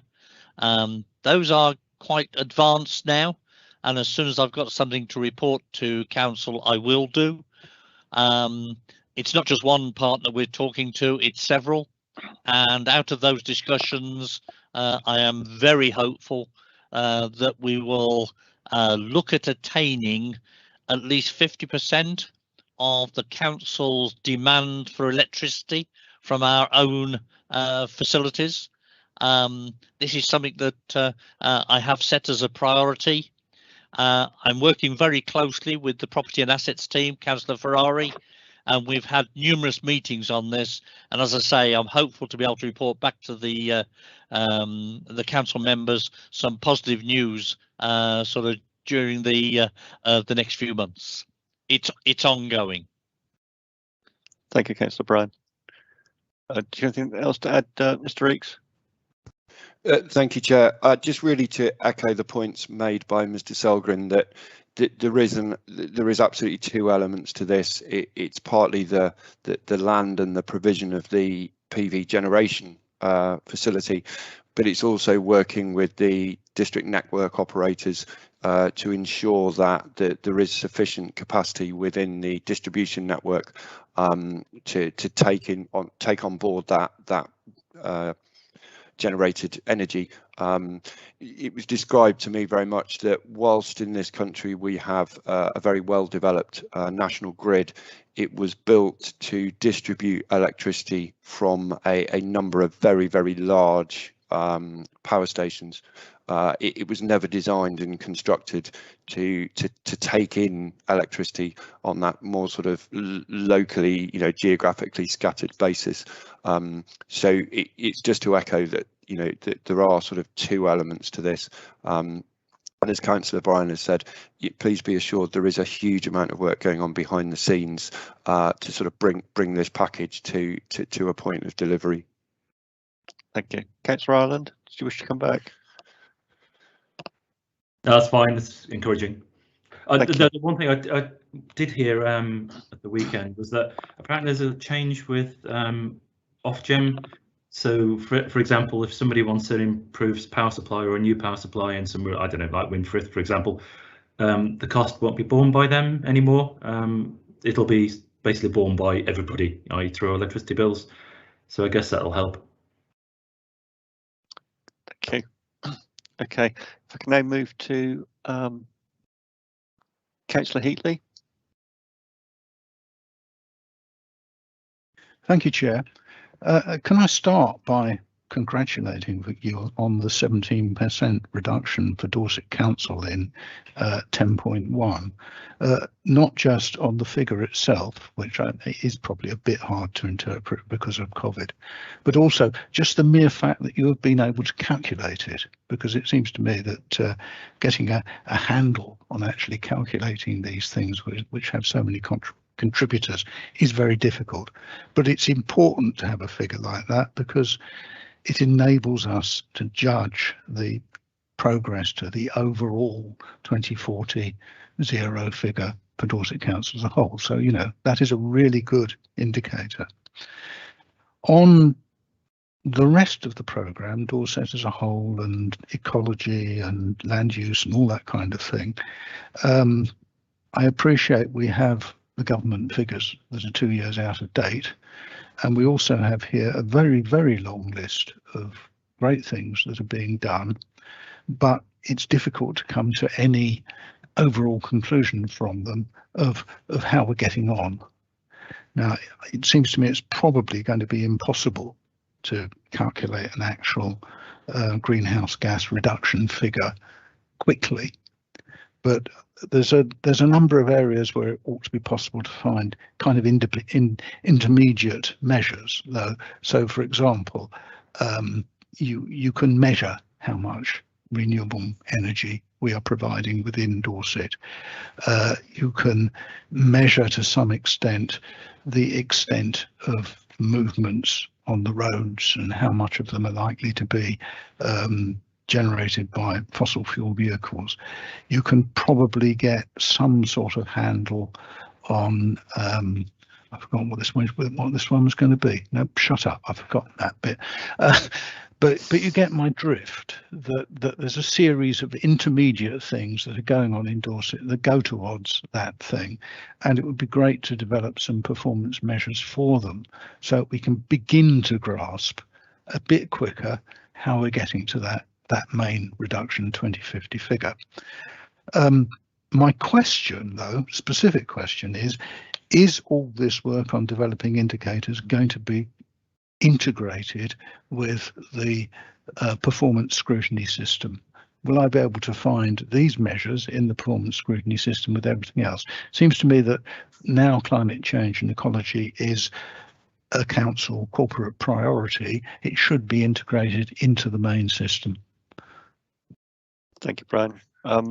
Mr. Littlechild, I've seen you come on. Is this in your ballpark to answer, is it? Yes, I can definitely answer that one. So in terms of the performance management system, there is already a number of these indicators that are embedded within that system. Unfortunately, they're only able to calculate them on a sort of annual basis, so they're only reported on an annual basis. There's also some indicators associated with some of the other points that you just raised around things like the quantity of renewable energy and a couple of other ones, but it's being able to work out a methodology for how you can measure those without making it too difficult and robust. Okay, thank you. Just before I come back to you, Councillor Heatley, and I'll bring in Miss Dainton. Just before I do that, we're 8 minutes off of 1 o'clock. We're going to hit the 3 o'clock watermark. So, sorry, the 3 hour watermark. So could I ask someone to propose that we continue with the meeting? I'll propose, Chairman Mark Roberts. Thank you, Councillor Roberts. I appreciate that. Could I have a seconder, please? I'll second Councillor David Took. Thank you, Councillor Took. If there's no dissent within the committee, we'll continue. I'm happy if someone requests it now to take a 5-minute comfort break at 1 o'clock. A 5-minute comfort break at the end of this agenda item, if somebody wishes to do that. No, everyone's happy? Okay. Yes, I'll propose if we need a proposer. We don't need a proposer, I don't think, but I'm happy to accept the request as chairman if there's going to be a comfort break. So at the end of this agenda item, by the time that finishes, we'll take a 5-minute comfort break. Okay, Ms. Watson? Yeah, that's fine. Thank you. Okay, so just before I come back to you, Councillor Heatley, Ms. Dainton is requested to speak. on the performance. Yeah, thank you. I mean, Anthony said most of what I was going to say, but just to say that as and when we do get new indicators that we can calculate, they will absolutely be incorporated into your performance tool. That's the place where those things all live. And Chairman, while I'm speaking, I'm really sorry I have got to go at 1 o'clock, but please contact me outside of the meeting if there's anything you need from me. Thank you. Okay, I appreciate it. It's a long agenda. It was always going to be a long one. Councillor Heatley, are you content with that answer? Thank you. That's exactly what I wanted to hear. Thank you. Okay, thank you. Did you have anything you wish to add, Mr. Reeks? Thank you, Chairman. Only to reiterate the point around the understanding that this is an evolving and dynamic strategy. The work I mentioned earlier on around the objective groups will bring together those work streams, and it will be that as more and more data is relevant, as more and more of our BAU is transformed towards the climate emergency, you will see those key performance indicators sort of evolve along with the delivery piece. Okay, thank you. Thank you. My next speaker is Councillor Roberts. Yes, thank you, Chairman. There are a couple of points really coming back on John Selgreen's point about the capacity within Dorset, the generating or the electrical distribution capacity. Many of you might have seen along the A35 the VPI project of the National Grid to bury the pylons. Part of that's in my ward, so I'm updated regularly on its progress and attend meetings. I was most disappointed to ask if all the underground had increased the capacity for future needs, and the National Grid are legally not allowed to increase capacity over and above what they currently have. And so 125 million project only replaces like for like, which I found incredibly short-sighted. But I also have another point, and I'm not taking sides at all on this.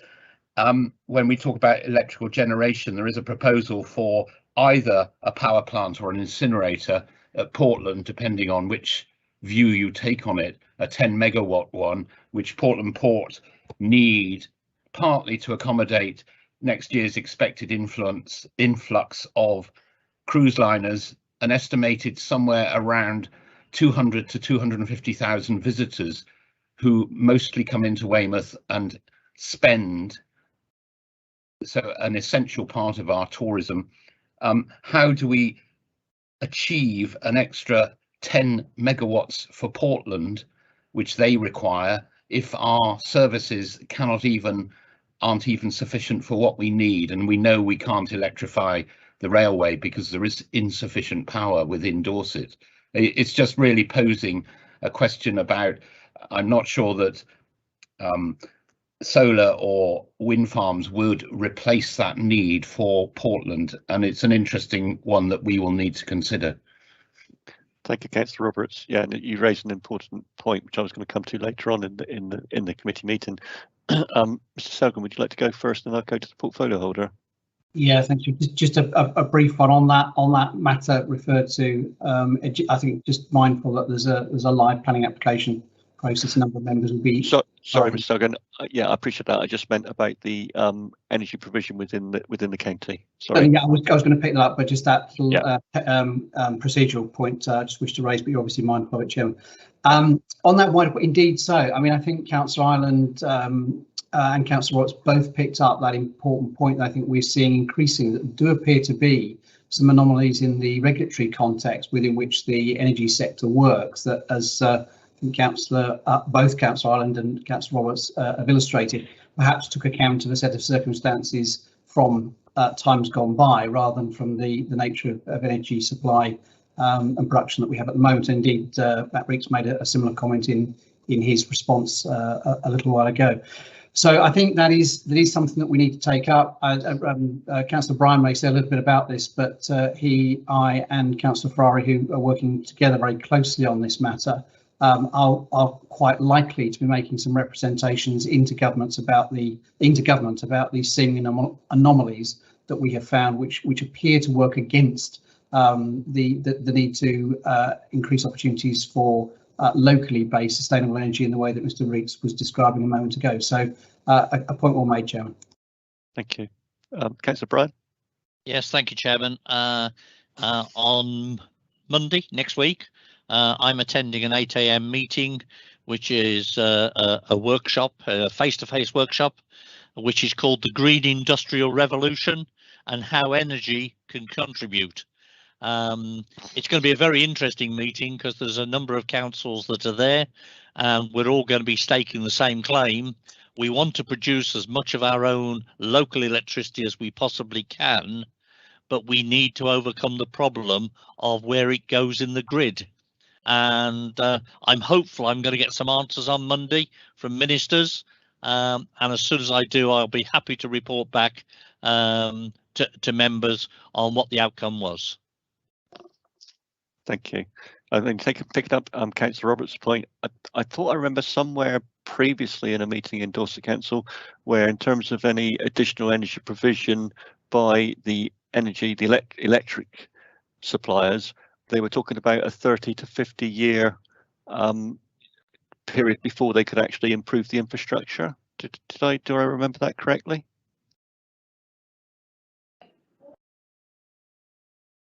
No. I've not heard that, Chair, but obviously it's something that I can take up on Monday at the Green Revolution meeting. Okay, thank you. Councillor Roberts. Going back to that LEP report we mentioned earlier, that I think some of that information I can't, as Councillor Bryan can't either recall the point you were making and where that was going to be previously discussed. But I think there's a lot in that LEP report which might give members the context you're looking for. Yeah, thank you. Councillor Roberts, did you wish to come back? Just one further point, which I probably should have mentioned in reference to a much earlier point about solar farms and the possibility within the county farm estate. I sit on the Farms Liaison Committee, and it is something that we are starting to consider.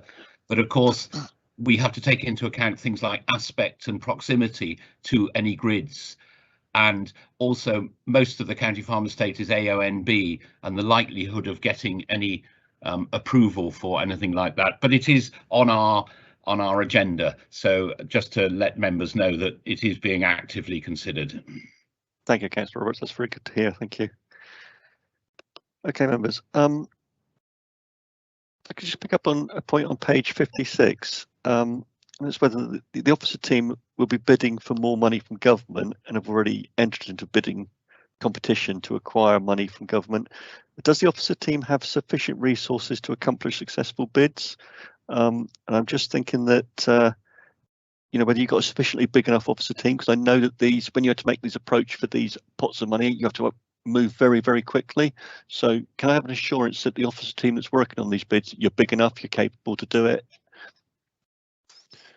Chairman, from an officer point of view, just to observe, I'm sure Councillor Bryan wants to come and say a little bit more about it, but obviously Councillor Bryan gave a significant announcement to Cabinet last week concerning increasing the officer resources available to do this, with a proposal for an additional corporate director. And in light of the decision taken by Cabinet, I've been working on a job description that indeed includes within that making sure that person will take a lead on the resourcing side of things and the government bidding, and particularly somebody at that sort of level. I would expect that the successful candidate will bring that kind of experience to the table to complement that which we have in the existing team. And may I lay on record now, Chairman, that the considerable success that the team has had, and indeed I am, and I hope you are, members are, proud of the work that we've done and the achievements of the team. But with that little bit of extra capacity coming in, significant extra capacity coming in, I think that'll mean we can redouble our efforts. But Councillor Bryan may want to add to that, because in fairness it was his announcement last week. Certainly, and I do take your point, Mr. Selgren, and Councillor Bryan, if you could make a comment. Then I'm going to come back to Matt Reeks. Mr. Reeks, sorry. Yes, I mean the Cabinet approved us making this appointment. It's absolutely essential to the ongoing programme. I have to say the team that put the bids together come from all sections of the council. They all work closely together, and the point of this appointment is to actually add some weight to making sure that happens. I've had tremendous cooperation from other portfolio holders, from obviously different sections of the council, be it waste, be it children's services. We're all working together now with the aim of getting to carbon neutrality at 2040 or earlier. And I keep adding the earlier because it's certainly my hope that we will achieve it before the 2040 deadline. I've always said at any meeting I've attended that the funding has to come from central government. We cannot burden the local taxpayer with much of this bill. A lot of the bill will be taken care of by business as usual investment. In other words, when we're changing the fleet, that will be business as usual, so won't require a tremendous amount of extra investment. That'll be all part of the package, the same as tools and things like that. As we go electric on some of the green space tools, we've already started that program very successfully. They're powered from our own solar panels. All of this is coming under business as usual, but we just need that. We need to be in a position where we've got a number of off-the-shelf programs ready to throw rather than having to panic at the last minute to put these programs together. And I really do take my hat off to the team that put the 19 million bid in. When I look at what that will achieve, it's a phenomenal step forward. And again, Anthony, Matt and the team did an absolutely fabulous job on getting that together. And obviously we were rewarded by the 19 million, and we're busy spending that at the moment. The importance of climate, it's at the centre of everything we're talking about. Every single report you see in front of you has a climate change section in it. So the importance of this appointment is without question probably the biggest step we can take, because it is absolutely essential that we keep on the plan. We've got a strategy, we've got an action plan, but can I also point out that these are living documents, which again this new corporate director level appointment will be looking at that and taking it forward. As I say, it's work in progress. It's got a lot of weight now behind it, and whilst I would love to see a lot more resource going into it, that will evolve over a period. We need to, I said from day one, we needed to have a plan. We've got that plan. Now we need to work to make the plan work. Thank you, Chairman. Okay, thank you, Councillor Brian. I'm pleased to hear you say that, because I'm going to, before I come back to Mr. Eakes and Mr. Littlejohn, which I'll do towards the end of it, because I've got another question surrounded that on page 56 at 12, and that's that there is no budget or resource for it gives an example as a sustainable tourism officer to work and develop a green tourism project. Will the new appointed director be able to do this? And if we don't have the necessary officer team numbers in place, is this strategy set to fail? Now, I appreciate we've got a plan in place. So the question is, are we going to be able to resource it to the degree that we need to? I'm not sure who wants to pick that up first. Can I pick up the first part of it? Certainly. And that's that, as I mentioned earlier on, a lot of the resource needed is already in different sections. So we'll be pulling that together. I've also had it indicated by Councillor Suttle that there will be a budget line in this the new budget that will be for climate change. That hasn't been settled on a figure yet. We've put forward proposals, so that's subject now to getting approved. I am convinced that if I need at any stage to go for more resource, I will get the support of my colleagues, if that answers your question. Okay. Mr. Selgren? Chairman, again, can I just add to what Councillor Bryan said to give a management perspective on that? So I would make that same observation that the team currently draws, it's a project team which draws right across the organisation, and in a sense the point of the strategy is to ensure that it's reflecting all of the council's direct dealings and those with our partner agencies. So I'll just take the example that you picked, Chairman, of tourism. So we have a new head of growth. It's in the report. Coming into post. and that person will therefore be able to draw resources from the tourism team. And as a good case in point, actually, one of the things that the team has been able to do through COVID is to do a lot more in terms of driving the online-based offer and the things that actually can also reduce travel requirements as part of the tourism offer. So again, I think a good example, Chairman, of what we're trying to do in this area is to get this weaved deeply into the warp and weft of every part of the council's operation, rather than being a sort of separate freestanding function sitting in the place directorate that's doing some valuable work, but really making sure this has got reach into everything that the council does. And again, as members will see, as we come up and make more public the content of the new role, that is very much part and parcel of the role of that individual, to make sure they are getting the whole organisation mobilised to deliver that strategy. Okay, thank you. But what I'm looking for as an assurance is that while we may be putting in place a new director to oversee this, that in terms of a senior upper management position, we've got sufficient boots on the ground that are actually going to do the work, which is my concern. So it comes back to the fact that, do we have a sufficient resource to make the bid applications we're going to go to government successful, that we're going to be doing them on time, and we're going to have them on the shelf sat there ready and waiting for when those pots of money are able to be bid for from government. Chairman, the straight answer is, as it currently stands, yes, we are, and Councillor Bryan's confirmed that we hope that more resources will become available to make sure that the council is able to take that further than we do at present. So, a very clear commitment, both in terms of the organisational capacity and indeed the resources that do, as you described, Chair, and put the boots onto the ground. So make sure we've got capacity within the wider organisation to support the new corporate director. Thank you. Mr. Reeks, did you want to make any comment? I appreciate it's been fully answered, but is there anything you wanted to add? No, thank you. Mr. Littlejohn, sorry. No, okay, thank you. Mr. Littlejohn? No, okay, thank you. I've got Councillor Took to speak. Thank you, Chair. Very briefly, once again, we come back to project management in many ways. One of the things with a number of projects like this is that there are a number of interdependent, interwoven, but essentially separate projects going on at the same time. And what part of the I hope we'll be looking at in future is how they are in fact all knitting together, and how we're getting a single answer, or a single set of results across the board, so that we're not just looking at project A, project B, project C to save so much carbon in this area and so much in that area. We need to look at the whole thing and how we're going on a holistic basis. And perhaps that'll be part of the new role that is being established.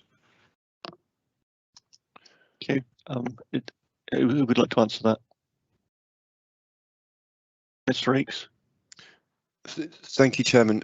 If I may, in my introduction, I mentioned this sort of approach around the very ethos of the project management, and it really reflects what we've heard from Mr. Selgren and Councillor Bryan around that methodology to weave climate change and carbon reduction across the organisation.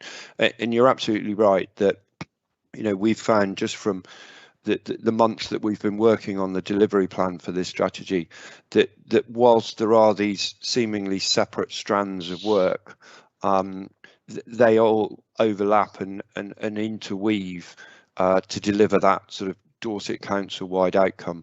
So that's really the point of driving forward this work around the delivery plan, the objective groups that I mentioned, the lead officers within those groups. It's getting the right people in the right place to make sure that the overlaps and the crossovers between those different strands of work are recognised. And from that will not only come a clearer, more effective delivery plan, it will also be bringing together those transformational changes within the BAU of the organisation. and also presenting ourselves to be in a position, if you like, to be opportunity ready for when the funding opportunities come along from central government or private investment, because we have that expertise and that data in the right place. So absolutely, what we're in effect creating is this sort of funnel approach. So the delivery will be spread across this wide range of objectives, but ultimately work down through the management group and the governance piece around this, to present those sort of clear outcomes, going back to Councillor Heatley's earlier point, which can then be monitored in a clear and efficient manner through some specific performance indicators. Thank you, Councillor Riggs. Mr. Riggs, sorry. Did you add anything, John? I thought you indicated you want to speak. Are you happy with that? No, Chairman, that's a very comprehensive response, my colleague. Thank you. Are you content, Mr. Councillor Cook? Yes, I think so. The proof of the pudding will be in the follow through, as it were. Okay. Thank you. Okay. Thank you very much. Okay. Can I just move to page 50? Back to 56. Concerns in the report over the public transport provision in Dorset, and we know that we've got a pretty inadequate public transport provision in Dorset currently. And there's a new project to improve bus service in Dorset, a directive coming from government. Will there be an opportunity to incorporate green buses to operate these new routes? And is there an additional government grant in order to enable this approach? And are we already doing work on this? And I just throw it in now that I have a little bit of an issue over this, sort of personal point of view from the chair, over this issue about electric cars and electric provision and charge points, the rest of it, because as we know, we don't have the grid capacity in this county, and if everyone's driving electric cars, I'm not quite sure how it's going to work. And so I am quite interested in hydrogen provision, and I just wondered what work in the background is going on that. If I can take the brunt of that, first of all, let's deal with the public transport side. We've just submitted a bid to central government for circa £130 million over the next 5 years for improvement in the bus service. If members haven't had a chance to read that report, I suggest they do, because it really does show just how ambitious we're being for the future. As part of that report, it also refers to coming up with a facility of electric buses and trying to make the public transport network all gel together, be it buses, be it trains or whatever. The difficulty we have obviously is with a rural area, and it's always more difficult to deal with public transport in a rural area, but we have plans to overcome that. There's a fantastic team that's been working on this programme, and I take my hat off to them for what they've achieved. So that we'll be interested to see what we get out of the 130 million. As members are aware, courtesy of Chris Loader MP, he and I have been talking to Baroness Vera on this for some months, and this is a culmination of some of those discussions, where the central government are offering substantial funding to local government to overcome the public transport network deficiencies. So that will be a big part of the way forward. If I can just add, Chairman, that in the sections within the strategy and action plan, where we listed all the sections, be it renewable energy, be it waste, be it buildings, this is why I'm confident that we can deal with it, because we've broken it down and we have different people in different sectors that can work with us to achieve our aims. It's not just about a small team dealing with purely climate change. This is about the council working as a team as a whole to achieve the objectives. So I am really confident that we're going to hit some of these numbers. Yeah, and I fully understand that and appreciate that, Councillor Bryant. Otherwise, it just wouldn't work. Otherwise, if it wasn't the council as a whole that actually working to drive this forward. Mr. Selgren, did you wish to make any further comment? I was just going to say, I'm glad you took Councillor Bryant to respond to the question. Just to say, actually, in fairness to him, he's been very modest about the part that he has played in really banging the table in London in government for Dorset. As we know, a lot of civil servants who work around this agenda seem to think that transport systems across the country operate in the way that they do in London, and of course in a place like Dorset we know that they don't. And I would say that Councillor Bryan, with the support of Chris Loader, one of our local MPs, have been very effective in making sure that this round of government investment in bus infrastructure has reflected the geography and needs of a place like Dorset. So again, Chair, I think that it's important that members recognise that this council is having the strategic impact that you looked for when you created the new unitary, to make sure that people of Dorset do get the services that they need. Okay, thank you. On page 57, it would appear there's a nervousness about the potential to spend on high risk projects during these difficult times financially that local government councils find themselves, and I fully understand that and appreciate that nervousness around that. But there is a time that I think we've met now with we need to do some blue sky thinking and thinking outside of the box as to how we're going to achieve some of the problems that we've got and get over those problems. So potentially working with outside partners, private industry, offsetting their carbon emissions to Dorset Council. And Councillor Roberts alluded to earlier within the farms, Dorset Farms, there's obviously some conversations going on there about how the projects can be brought forward to do some of this work. And I just wondered how much work is there going on in the background on these solar farms and using those receipts to enable high risk projects to go forward, and to be bold and to be confident in our approach to this. I think there's also there's an issue, isn't there? There's a possibility, and I don't know whether a local government authority, whether we're unable to do it or not, about private industry offsetting their carbon footprint. We have sufficient farms now where we could be growing woodlands, planting trees for that carbon sequestration. And as we saw in the Glasgow COP26, too much talk and not enough action, and Dorset as a council must be seen in partnership with central government to deliver on its commitment. But this can only be achieved with government support, and I fully appreciate that, but we do have a sufficient amount of land that we can be doing a lot of work in this area. Sorry, there was a lot there, but I had a lot to get off my chest. Mr. Reeks. Thank you, Chairman. If I may, for clarity, much of that sort of the risk and uncertainty, it isn't related to Dorset Council, more to some of the wider funding opportunities, and also some of the sort of public-private partnerships that we have been investigating. So I used the low carbon Dorset example, the funding scheme that we operate across BCP and Dorset Council. So some of the eligibility around that, for example, with regard to the public sector, is the need for the project to demonstrate innovation above a sort of standard response which the private sector is allowed to present. So yeah, just that clarification point really, Chairman, that isn't necessarily a comment around the Dorset Council view. That's more looking in the wider sphere of that sort of risk management with much of the funding opportunities that present themselves. With private industry and such like, and work partnership, yeah, and that's pretty centred around the fact that there's nervousness coming out of COVID as how industry has performed during that period. Yeah. Okay, thank you. Thank you. Okay. Chairman, if I may, just before you move on to another subject, can I just point out that we have a very close working relationship with SGN.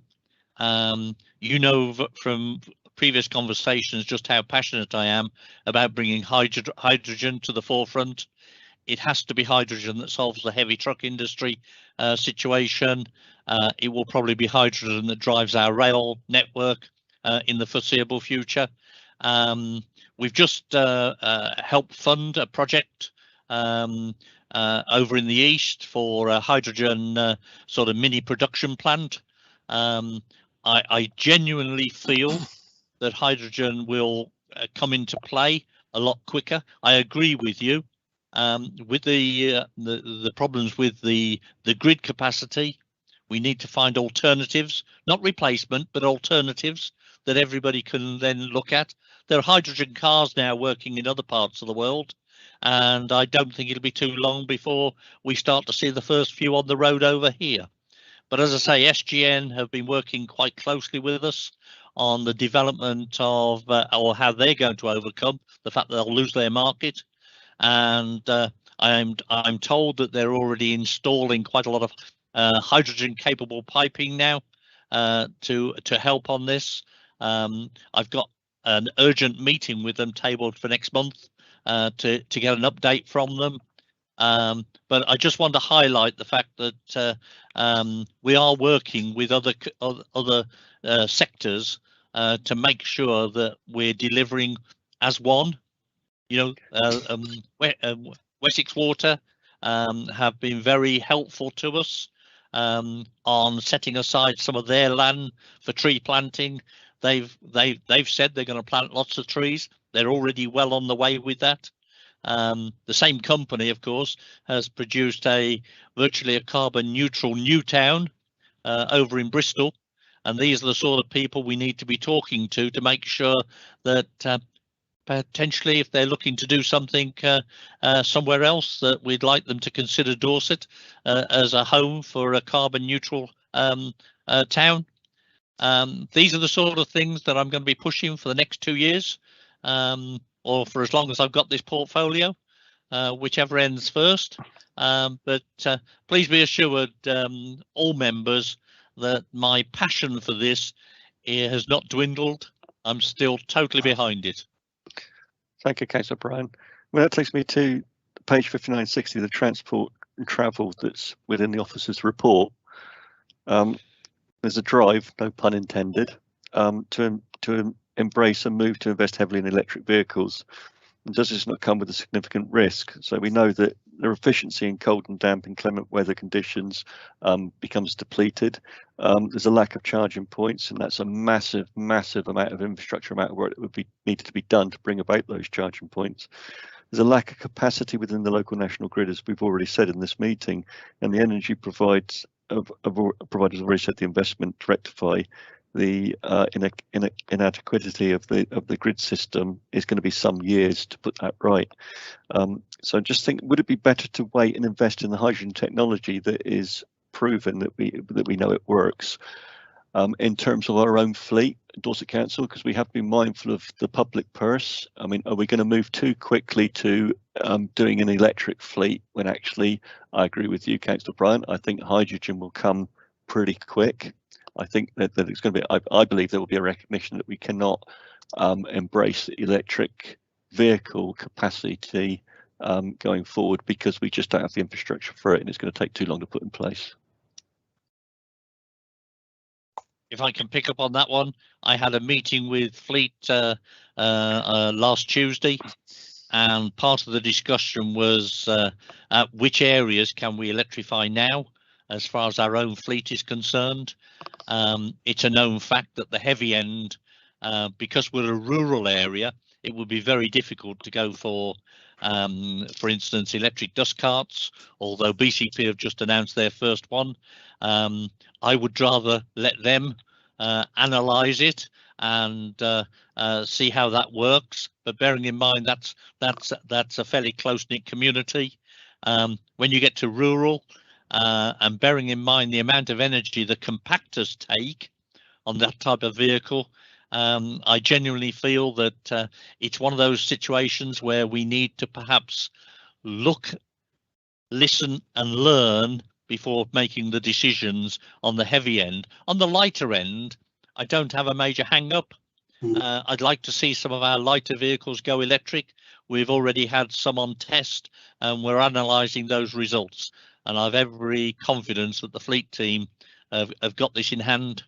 So I do see that we'll end up with a mixture of both, Chairman. I think there will be some electric and there will be some hydrogen in the coming years.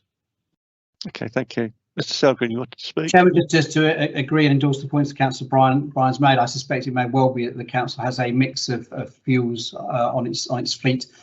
There's also the element, I think, where it does behove us as a public authority to perhaps make sure we're making the market with some of these things. So you picked up that issue about the inadequacy of the EV charging point network. Well, of course, if we as a public authority are investing in that network in order to support our own fleet, then clearly some of the capacity that can be available for wider use. So it's a good example of what, I mean, sure nobody around this table remembers the days when councils were involved in gas supply, but of course that was the history of many councils, to actually make sure that public infrastructure was available, servicing not only the council's own requirements but that of the wider community. And I think in this context, in relation to EV and indeed potentially other forms of fuel, the council could have a significant role in actually helping to make that market, to ensure that network and infrastructure is available across the piece.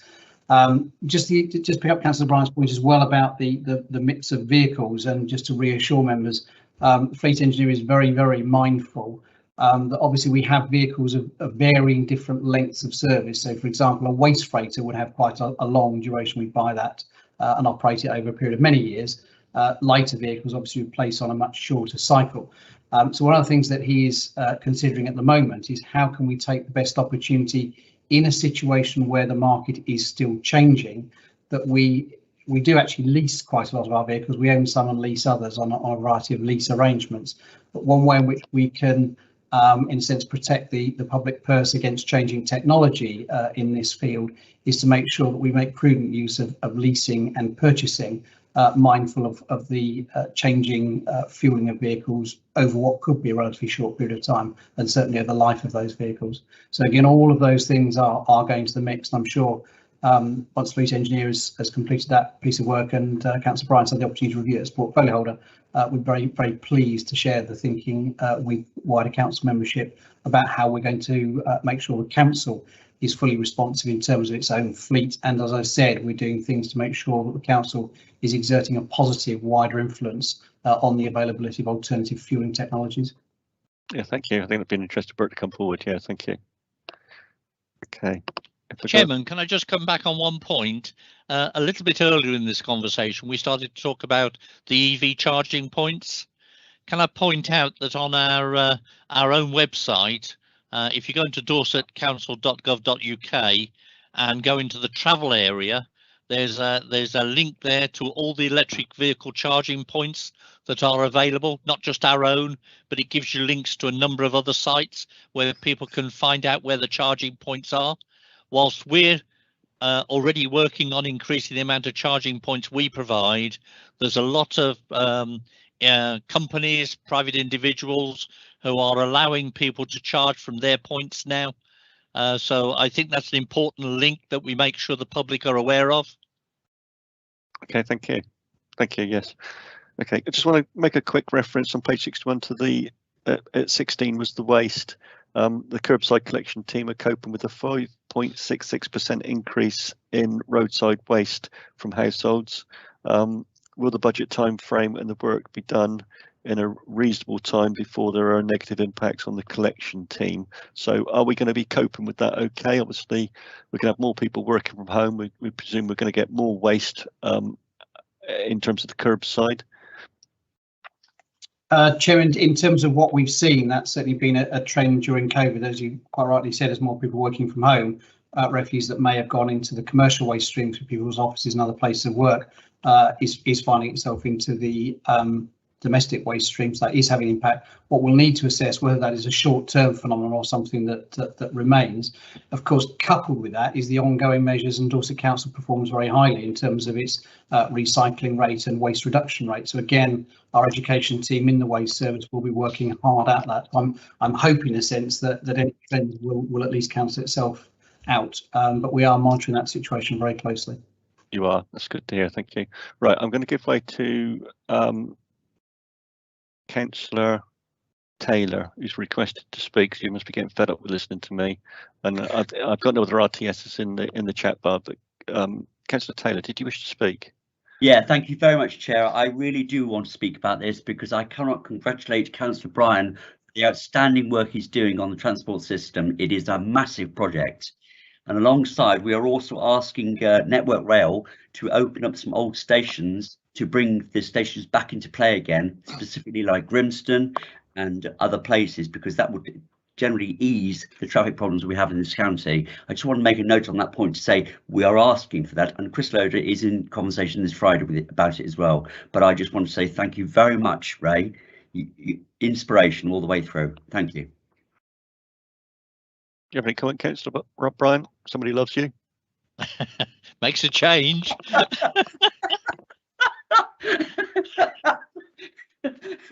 Sharing the love. Sharing the love. I'll take that for one. Okay. Thank you, Chairman. Thank you, David. It's a point well made. Thank you, Councillor Taylor.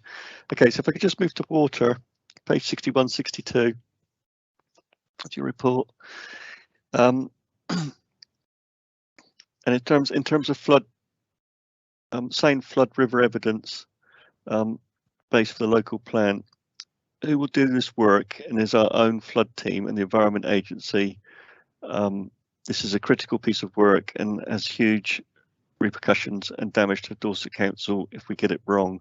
Potential for future report to this committee if it's work evidence gathering, time frame and associated risk to the public, business and the council.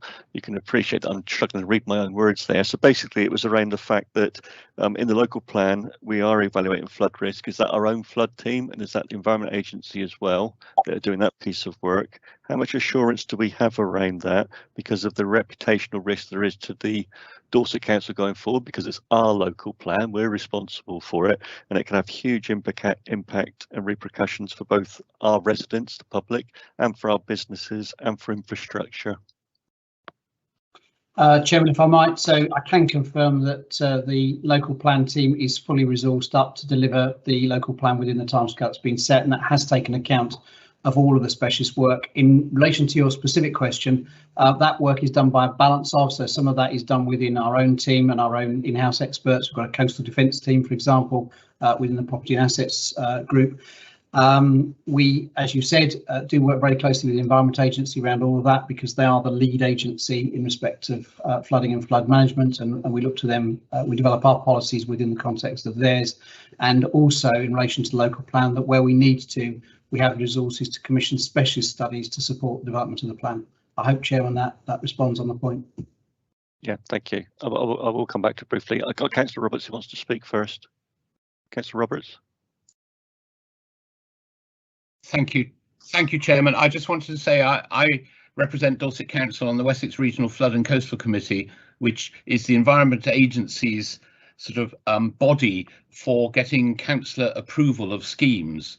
And Dorset has been particularly successful, not only in the major ones like the work at West Bay, but a little one currently being done, a joint working one being partially funded by the Environment Agency and the Dorset flood team is at Portisham, where they're doing a little work to protect, I think it's either 7 or 9 cottages along Goose Hill that get flooded almost every single year. So yes, we are doing a great deal of work, and if anyone has a scheme that they think needs a little bit of extra input at these meetings, please contact me and I would be happy to give a little bit of extra promotion to them.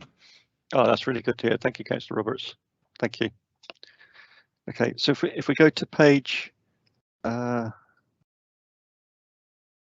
if we go to page 74, the flood management, and I was really shocked to read that the number of recorded flood incidences. So in Dorset, it rose by 240%.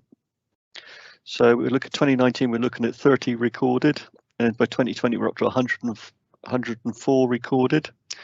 This jump in numbers is quite a concern. As a statutory planning authority, we continue to see planning applications coming before us that talk about the developments being safe in accordance with the Environment Agency.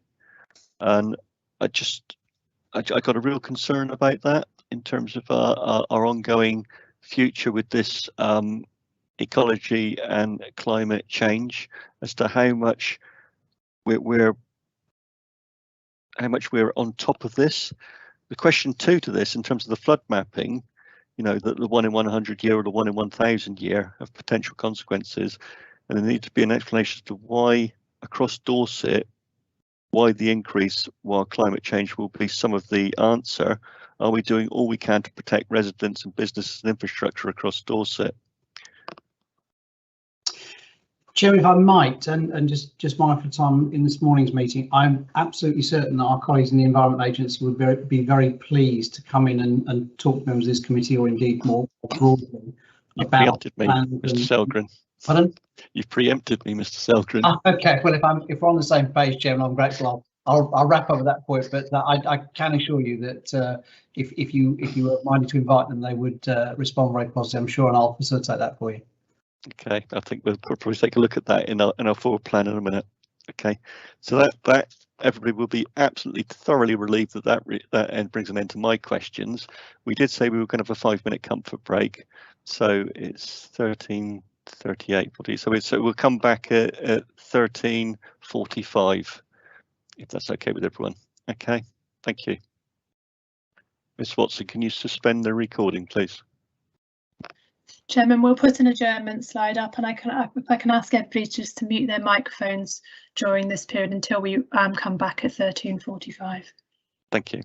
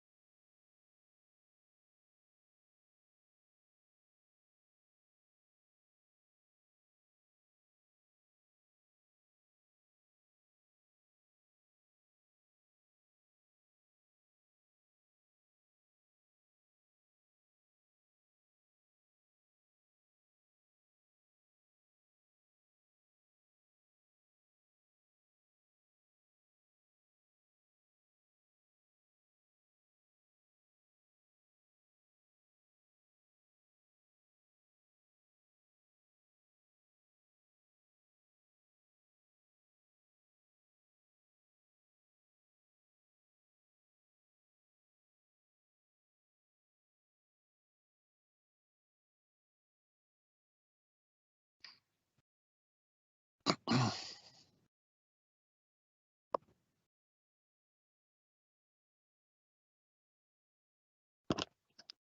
you there, Lindsay?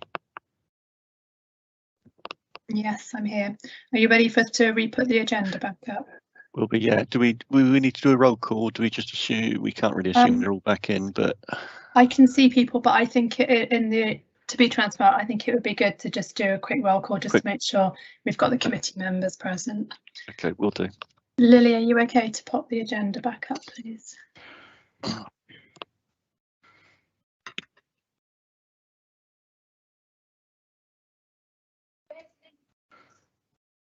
In the car. He's not leaving his car here, he's getting lifted. Right, it's in. And then he'll deliver it back to hers, and then Sorry, I've just got somebody on the microphone. I'm just going to. Okay. Can you make a note? Just waiting for the agenda to come back up. Okay, Lindsay, if you can make a note that Councillor Shortell joined the meeting. Yes, I did. Yeah. Okay. And what we'll do is we'll return to the, because there won't be any more requests to speak, and I'll go to the officers for any final say.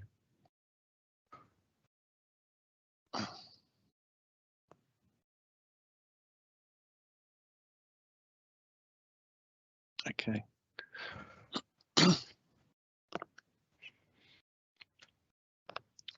Okay, we're live, are we, Miss Watson? Yep, you are. You are, okay. Okay, members, I'm going to do a quick roll call just to see if everyone got back into the meeting okay after our adjournment. So, Councillor Canning? Yes, I'm here. Thank you. I don't think we have Councillor Brown. Councillor Andrews? Present. Councillor Heatley? I'm here. Councillor Roberts? Yes, Chairman. Thank you. Councillor Shortell? I'm present, Chairman. Thank you. Thank you. Councillor Took? Present, Chairman. And I don't think we've got Councillor Trite or Councillor Turner, have we, Lindsay? No, I don't believe so. Okay, so we'll call it. Okay. Thank you, members and officers, for your forbearance so far. It's been a very long meeting, I appreciate.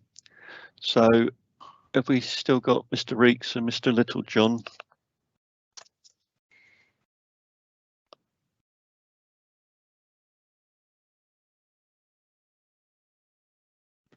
Chairman, I don't know. I don't think we have them with us in the meeting anymore. Okay, I've got Mr. Selgren. Okay. Yep, and is the portfolio holder still here? Yes, Chairman. Okay, thank you. So all I need to, is there any further comment from either of you that you wish to make before I move to the recommendation? Chairman, I think it's been very helpful, and as you say, it has been lengthy. I think we've been very comprehensive this morning, the way that we've looked at the report. Thank you. Okay. And comments will be helpful, and I know the committee clerk will have recorded those, and we'll progress them as you suggested. Yeah, thank you. So members, the recommendation was to note and review the progress made in delivering the Dorset Council Climate and Ecology Emergency Strategy and Action Plan, as will be published in the Public Facing Progress Report, and the committee was to raise any comments or further consideration if required. Ms Watson's captured those comments, so if there is no other comment from the committee members, then we'll take that as a recommendation. Okay, that we've fulfilled that recommendation. Okay. Thank you, members. So we'll move on to agenda item 10, performance scrutiny. Mr. Bonner. Good afternoon, Chair. Good afternoon. Apologies for the length of time that you've had to wait, Mr. Bonner. Not at all. It's been a long agenda. Not at all. Let me share my screen, Chair, so we can have a look at the performance tool.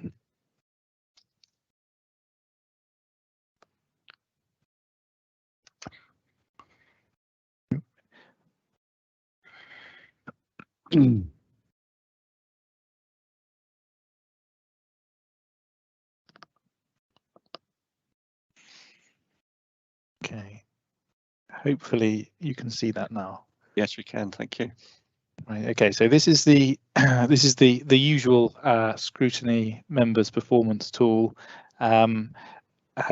Chair, are there some areas that you would like me to direct the tool towards for consideration? I think that's how we'll start, Mr. Bonner. Yes, please. And then I've obviously got members that are looking at individual through the individual areas of the performance tool. But if you could start us off, please. Yes. Certainly. Okay, so just to just to touch on some of the points we've mentioned in the meeting thus far, in relation to some of those project transformation updates, this top box up here provides members and committee members with information on pertinent points for transformation project updates.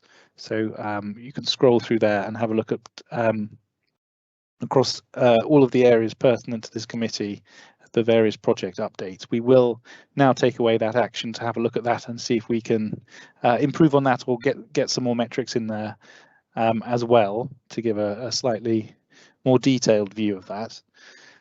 And we do also have some of the climate emergency metrics captured in the tool as well. My business partner is we have a new business partner supporting the Place Directorate, and his predecessor was working quite hard with the project to start capturing some of those metrics and getting them into this wider performance tool, and that piece of work continues. So once those are in the tool, I will flag them to you. So in terms of items for consideration that you have mentioned to me, Chair, there were 4 areas that were of interest.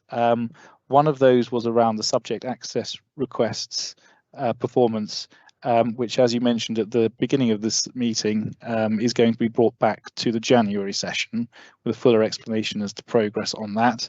And one of the other items was around our performance in terms of land charges, which is currently sitting at, I think, 2% of where it should be at the moment. Continues to be flagged as an item for concern. You've already spoken about that at the front of this meeting, and we'll get a fuller update on that at the January session. One of the other items that you wish me to point towards, I believe, please correct me if I'm wrong, is the level of absence in children's services for sickness. So those are these 2 metrics here. At the moment, we have a sickness absence rate of 5.84 days per FTE on a 12-month rolling data cycle against a target of 3.75 days for long-term sickness, and then average days for general sickness, we're at 9.19 days against a target of 6.5. And some of the information in there, commentary in there provides some information around why that is the case. Chair, over to you. Is this something that you would like to look at? Yeah, I think members, this would be something I think we could probably bring to our forward plan, possibly with a statement from Children's Services. Is there anything you also want to elaborate on that, Mr. Bonner? Only as per our previous conversation, that we obviously have as you can see the little graph on the screen there, the target is the orange line, and we haven't met that target for some time, hence your desire to have a look at it. The commentary also outlined that during the COVID period, the majority of the long-term sickness absence is mental health related, and that was obviously a flag for concern. Hence your interest in doing a deeper dive and adding it to the forward plan. The other item was around data breaches. We'll just scoot onto the graphs for that particular item.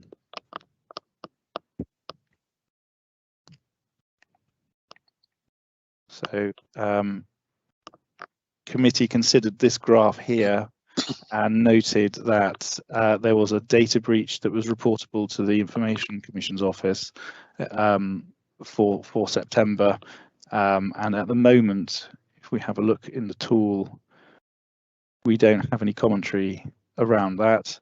I have approached that team, and they are going to put some commentary into the tool for you and some explanation around that. And they've also flagged that this particular topic area around data breaches is going to be discussed with the Audit and Governance Committee Chair as an item for consideration. Okay, thank you. Councillor Took, are you content with that? Because I think that was something that you flagged up. Thank you, Chair. Yes, it was.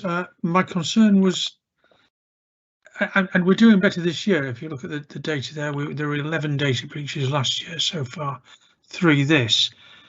But my concern is a data breach can be a very trivial technical thing, or it could be extremely serious.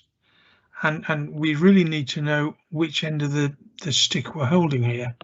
Is it something that is going to impact? Even a single data breach could expose personal details of 300,000 residents of Dorset, which would be not good. Or it could be something incredibly trivial. And we just need an indication of what these data breaches are and why they're a problem. Yeah. I'd also be interested to know what we're doing different. So we've only had 3 this year, whereas by this time last year we'd already had 4 and a further 7 to come. So the good thing is that things are obviously improving. I think it's a good thing, and I think as Mr. Bonner alluded to just now, that he's had a conversation with that team, and they are going to put the necessary comms in the book, so we know we have a better understanding of what that is. And I think, as you point out, Councillor Took, it is intrinsically important that we know, because we know that a data breach can bring with it a huge cost to the council in terms of fines if we're not conducting the business as we should be. So yeah, it was a point well made. Thank you. Yeah, okay, thank you.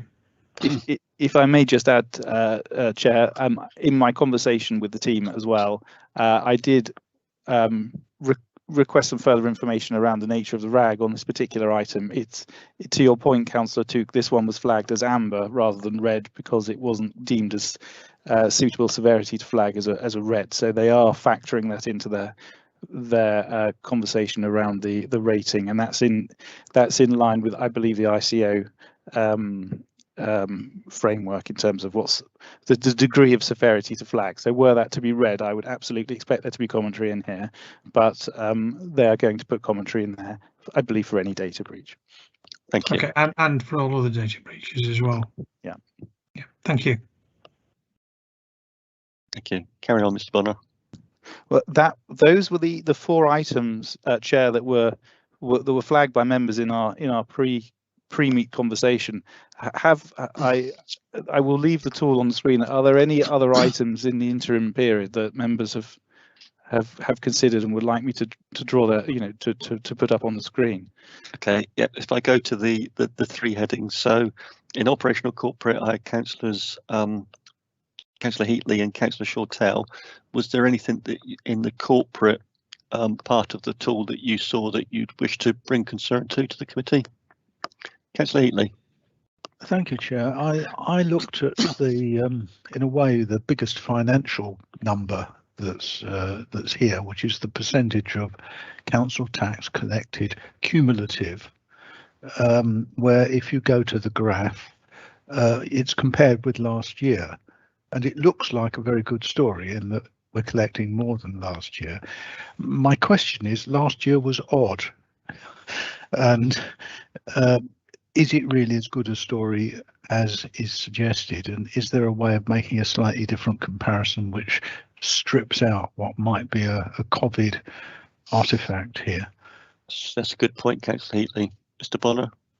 So this is the first month, Councillor Heatley, where we haven't flagged this as a concern. So this gets discussed at the corporate leadership team meeting every month. Yeah. If we look on the previous months, I believe this one was okay. So this is the point at which it became green. So this is where from August onward, we've now taken the decision. Actually, we're comfortable that the money is coming back in at an appropriate rate.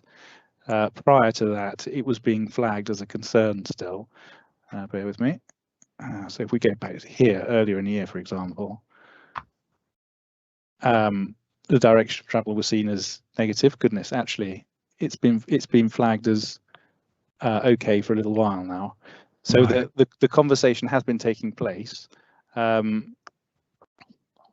it's not currently being seen as a concern. No, it's green. It was actually, excuse me, it's not the council tax cumulative, it was the business rate collection that was being flagged as red. So this is the point at which it tipped over from being a concern to being better. Right. So if I two similar related metrics for in terms of the COVID situation, there we are. So it was red 2 months ago, but has now landed in a better place. Right. Forward. So the message for me is to drill down to some of these earlier. Absolutely. Yeah. There we are. It's gone yeah. green. Yeah. Yeah. Okay. Thank you. Okay. Thank you, Councillor Heatley. Okay. So if I move on to the next one, operational place. So Councillors Mark Roberts, Councillor David Took, and Councillor John Andrews. If you had a look at this tool, I appreciate this is a really new tool and we're getting to grips with it. But did any of you spot anything on that you wish to highlight to the committee this morning? Sorry, this afternoon. There was a few. Sorry, Chair. There was a few areas in the red, but I think I might be reading the charts wrong. But like you say, it's a little bit of a new toy to play with, isn't it? So it is a new toy to play with, yeah. Yeah. So it's things like should I be looking at the operational and effective modern organisation, for instance, and that's under the planning heading, but it seems to be under my operational place headings that I'm in. So I'm just wondering if things like that I should be looking at. So it might be worth another session, Mr. Bonner, to understand with each heading, operational, corporate operational place in HR, whether we have a separate little session with David Bonner to work through what we should actually be looking at. I'm very, very happy to do that. Yeah. Yeah. That would be good. I think something that Councillor Heatley brought up was the fact that we do a like-for-like comparison on the previous year, and as we know, we've been in a period of time now, quite a considerable period of time, where it hasn't really been nothing like normal. The world's been turned upside down, but within the tool, there isn't the ability to do over a 3 or 4 year comparison. So you're quite correct, Chair.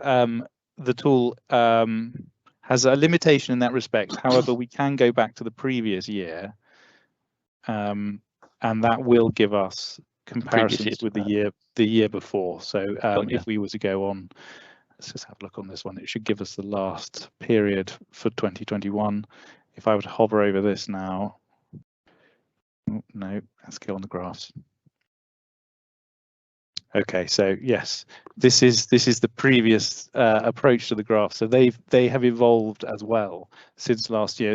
Obviously, it's a brand new tool. However, I will go back to my team and have a look at whether or not we can put some wider trend graphs in that cover the previous year, because otherwise you're going to have to go through this bit by bit. So let me take that back as an action.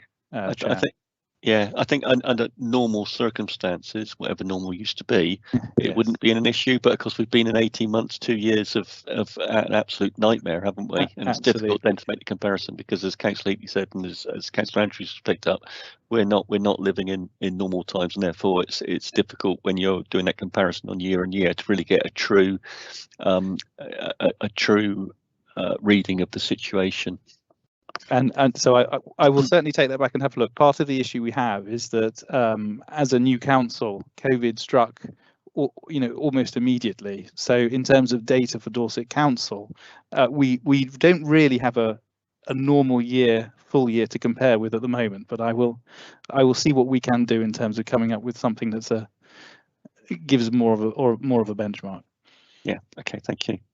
Chairman. It's not. I was just going to comment on that. I imagine it's very hard to go back beyond the formation of Dorset Council. Yes. Because a lot of this data was not like all the planning data was districts. So this is maybe something for the future rather than to look back at now, because we just don't have the data going back more than 2 years. That's right. Yeah. Thank you, Councillor Took. Yeah, just very briefly.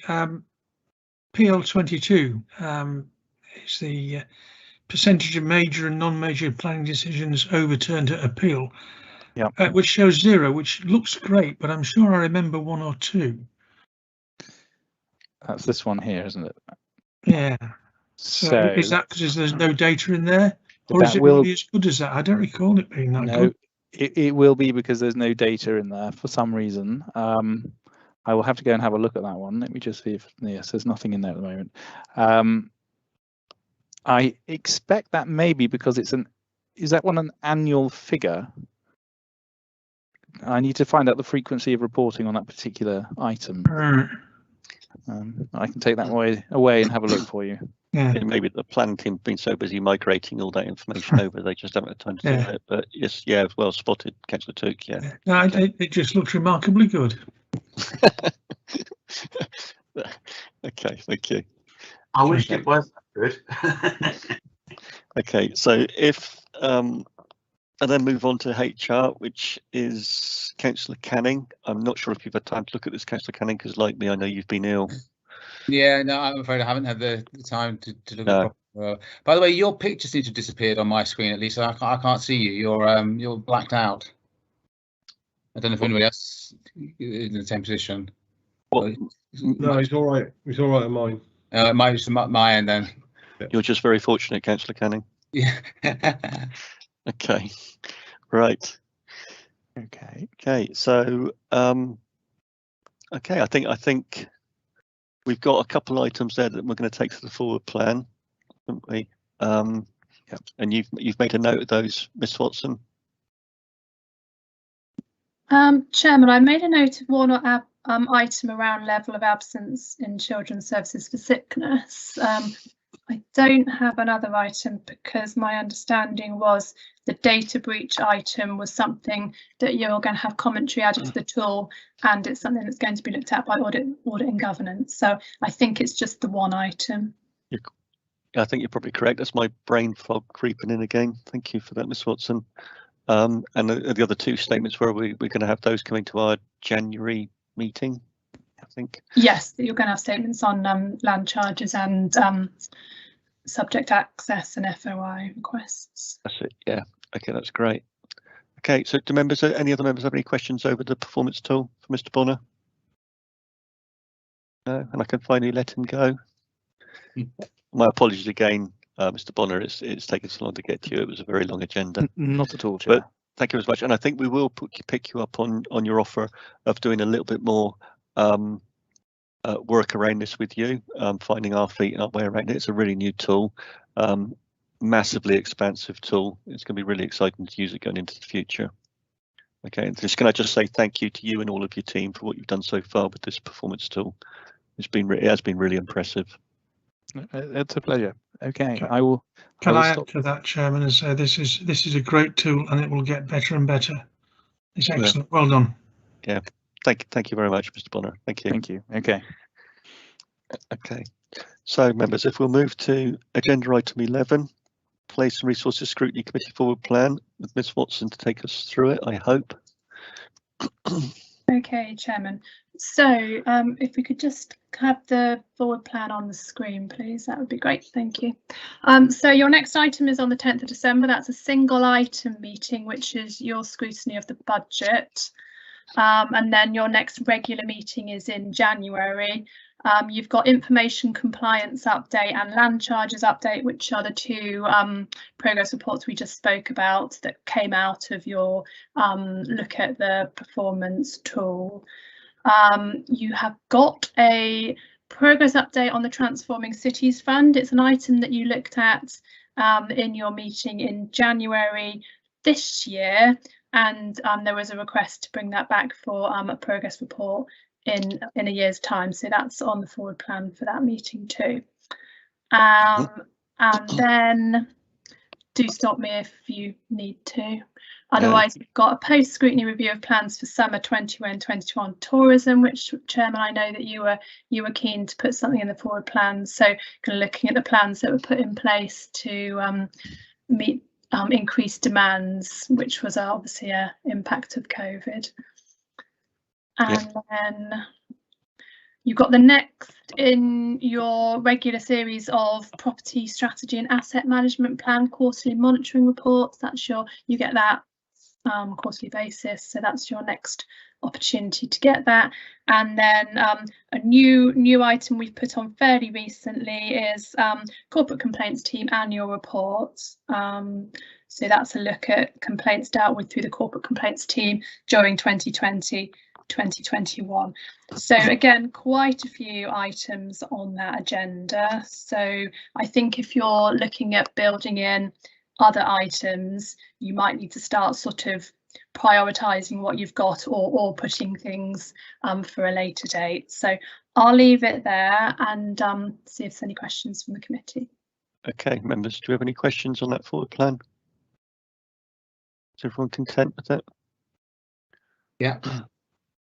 Okay, just a reminder that obviously within our teams there is the request form for scrutiny. If there is anything you wish to bring forward to put onto the local plan, or to have consideration to go onto the local plan, then if you fill one of those request forms out, we can take a look at it and determine whether or not it needs to go onto the local plan or not. And as Lindsay says, that would also help us with formulating our priorities on what we're going to bring to the forward plan and populating our committee dates going forward with them. I've got a few things that I want to bring forward myself. So if there's no more discussion around that, I'll move on. Is everyone content? Yep. Okay. So we'll move next agenda item 12, the cabinet forward plan. Ms. Watson to report, please. Thank you, Chair. So on your agenda you have the cabinet forward plan, and you also have decisions of recent meetings. In this case, it's the meeting on the 5th of October. You can use both of these documents to identify potential areas where you might want to do some post-decision review. So they are there for you to have a look at and see if there's anything that you want to schedule into your forward plan for a future meeting. Okay, and this post-cabinet review, can this be done at a 6-monthly basis, or is it a year after the decision was made? Ms. Watson, I've forgotten. Chairman, it's flexible really. I would say that depending on what you might want to look at, it might be that we just need to go away and have a conversation with officers in terms of appropriate timescale, but I'm not sure we have any rules over. It's just about looking at items at a point in the future once decisions have been taken. Okay, so I would suggest members that probably oh, we're not there yet. We were talking about October, weren't we? Beg your pardon. Okay.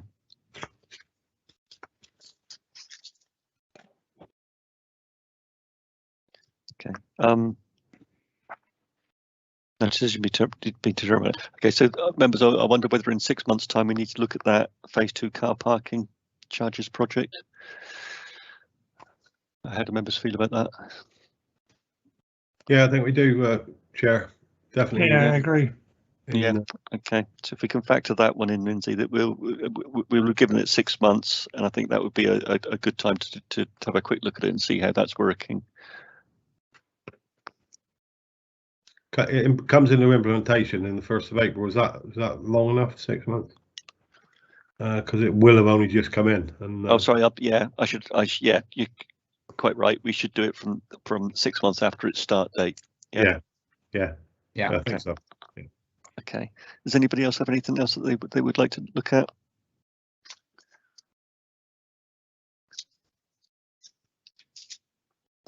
No, we're all content for the minute, are we? So if anybody has at a later date has a view that there's something they would like to have a look at, then obviously let Lindsay know. Okay, so if there's no other comments, I'll move on to agenda item 13, which was urgent business. You're pleased to hear there is none. And agenda item 14, exempt business, and again you'll be pleased to hear there is none, which that brings us to the end of a very long meeting. I do appreciate your forbearance for sticking with it for so long. So thank you to all of the officers for the reports and all the work that you've done. Thank you to you, Miss Watson, for keeping me on the straight and narrow, and to Miss Broad for producing our meeting. And thank you, members of the committee. So I'll close the meeting I close the meeting at 14 minutes past 2.